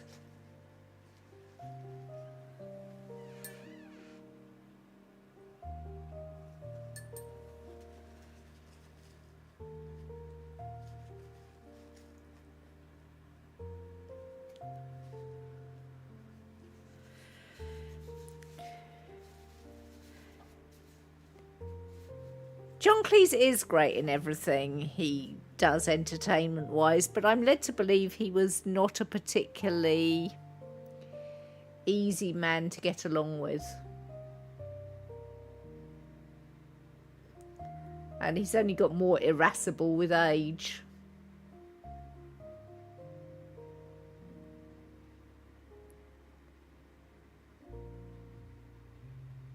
Might well be where the Simpsons got it from. You might be right.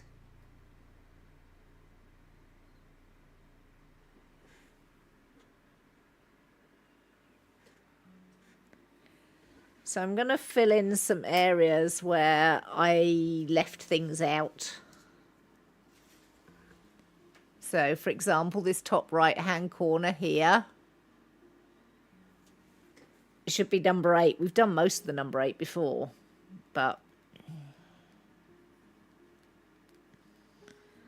ooh, it's not an easy one to get the lid off. Eh.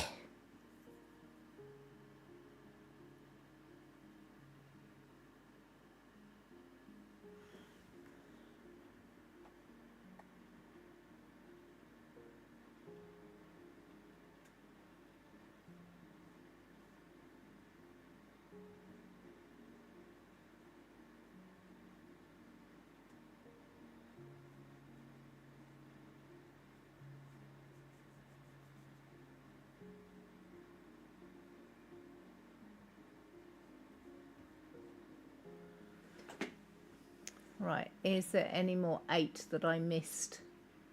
Probably not, but I can but check. That was a very large patch of I missed that bit.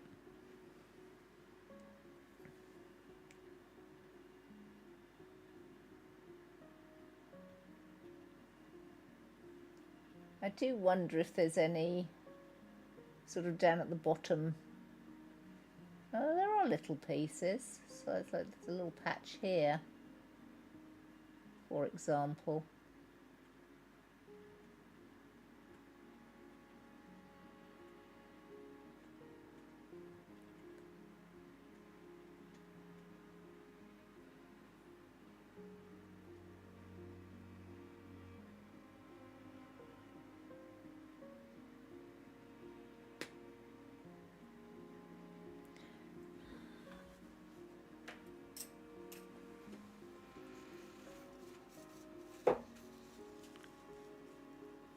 Okay, washing the brush after the number 8 that I just filled in. You hadn't heard that about him, but you haven't really looked into it either. Yeah.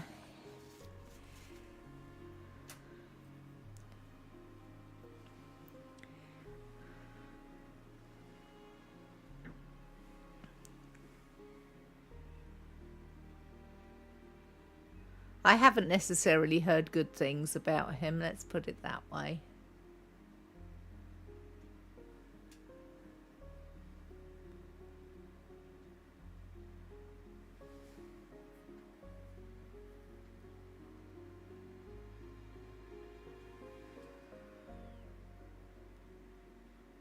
I don't know whether I want to start another colour. I might start 3 because I don't see massive amounts of 3.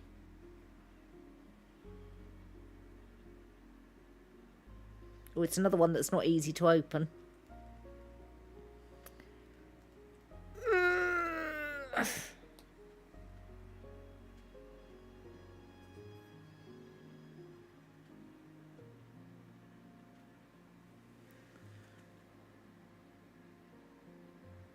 It's another one of the very pale colours.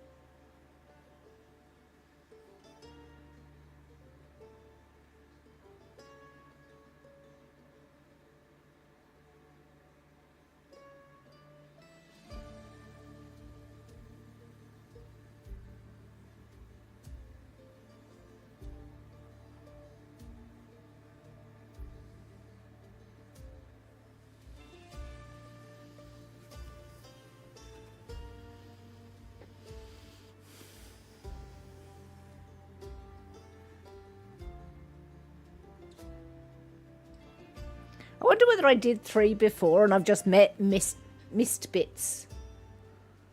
That's also a possibility.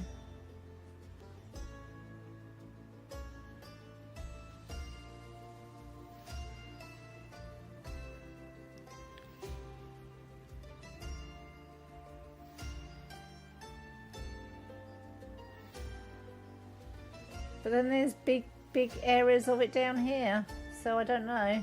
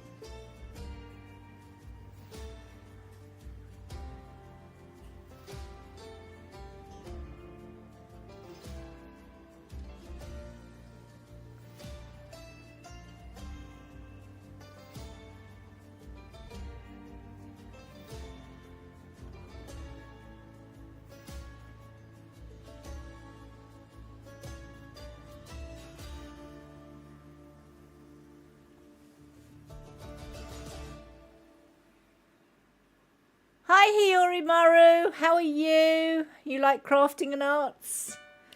Well, I mean, since it's a paint by numbers, I don't feel like it's a proper arts. On the other hand, I think it fits into the makers and crafting because it's definitely something I'm, you know, making up from a kit, shall we say?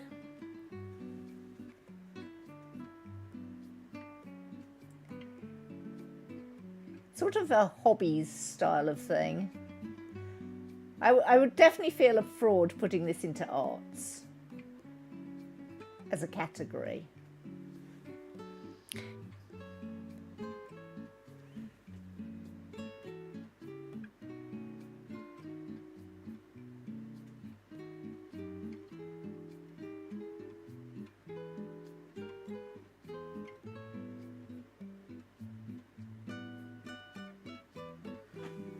On the other hand, we are building, you know, quite a nice arty looking thing.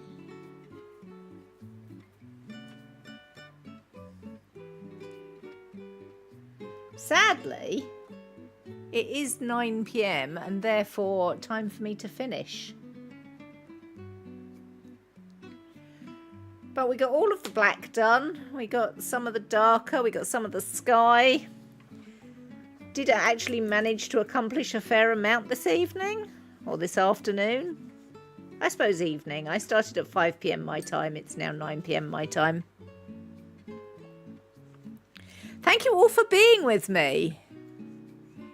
I'm using a paintbrush and an easel. You call that art? Yeah, but I think you know what I mean, don't you? I wouldn't put it in the art category because if I went to the art category in Twitch, I would expect to see somebody doing their own thing. I wouldn't expect them to do a paint by numbers. Whereas I put paint by numbers like building a Lego kit with instructions.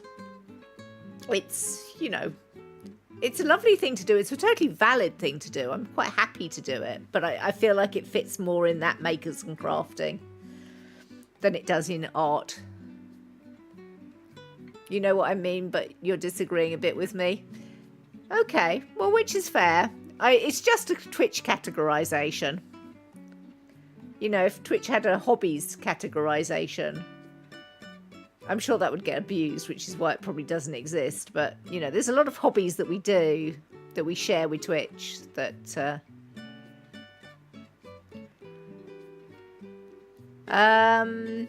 yes, thank you all for being with me.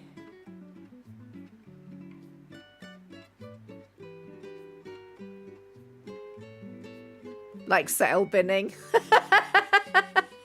Dan doing all the sale binning. I feel like this is coming together. Doing quite happily with this. So, Thank you to everybody who chatted. Thank you to everybody who lurked. Thank you to new followers. Thank you for the resubs and the new subs. Really, really appreciate all of you. Thank you to my wonderful, wonderful mods, as always. I will be back tomorrow. Tomorrow we'll be doing some chill gaming, and I think Planet Crafter fits quite nicely in that chill gaming category. So I'll be doing some Planet Crafter tomorrow. I will be raiding Crip, but I'm going to have to hit the end button and then take the painting down and then get to my keyboard to do the raid. So hang about a bit if you want to join the raid. In the meantime, as always, be kind, be awesome.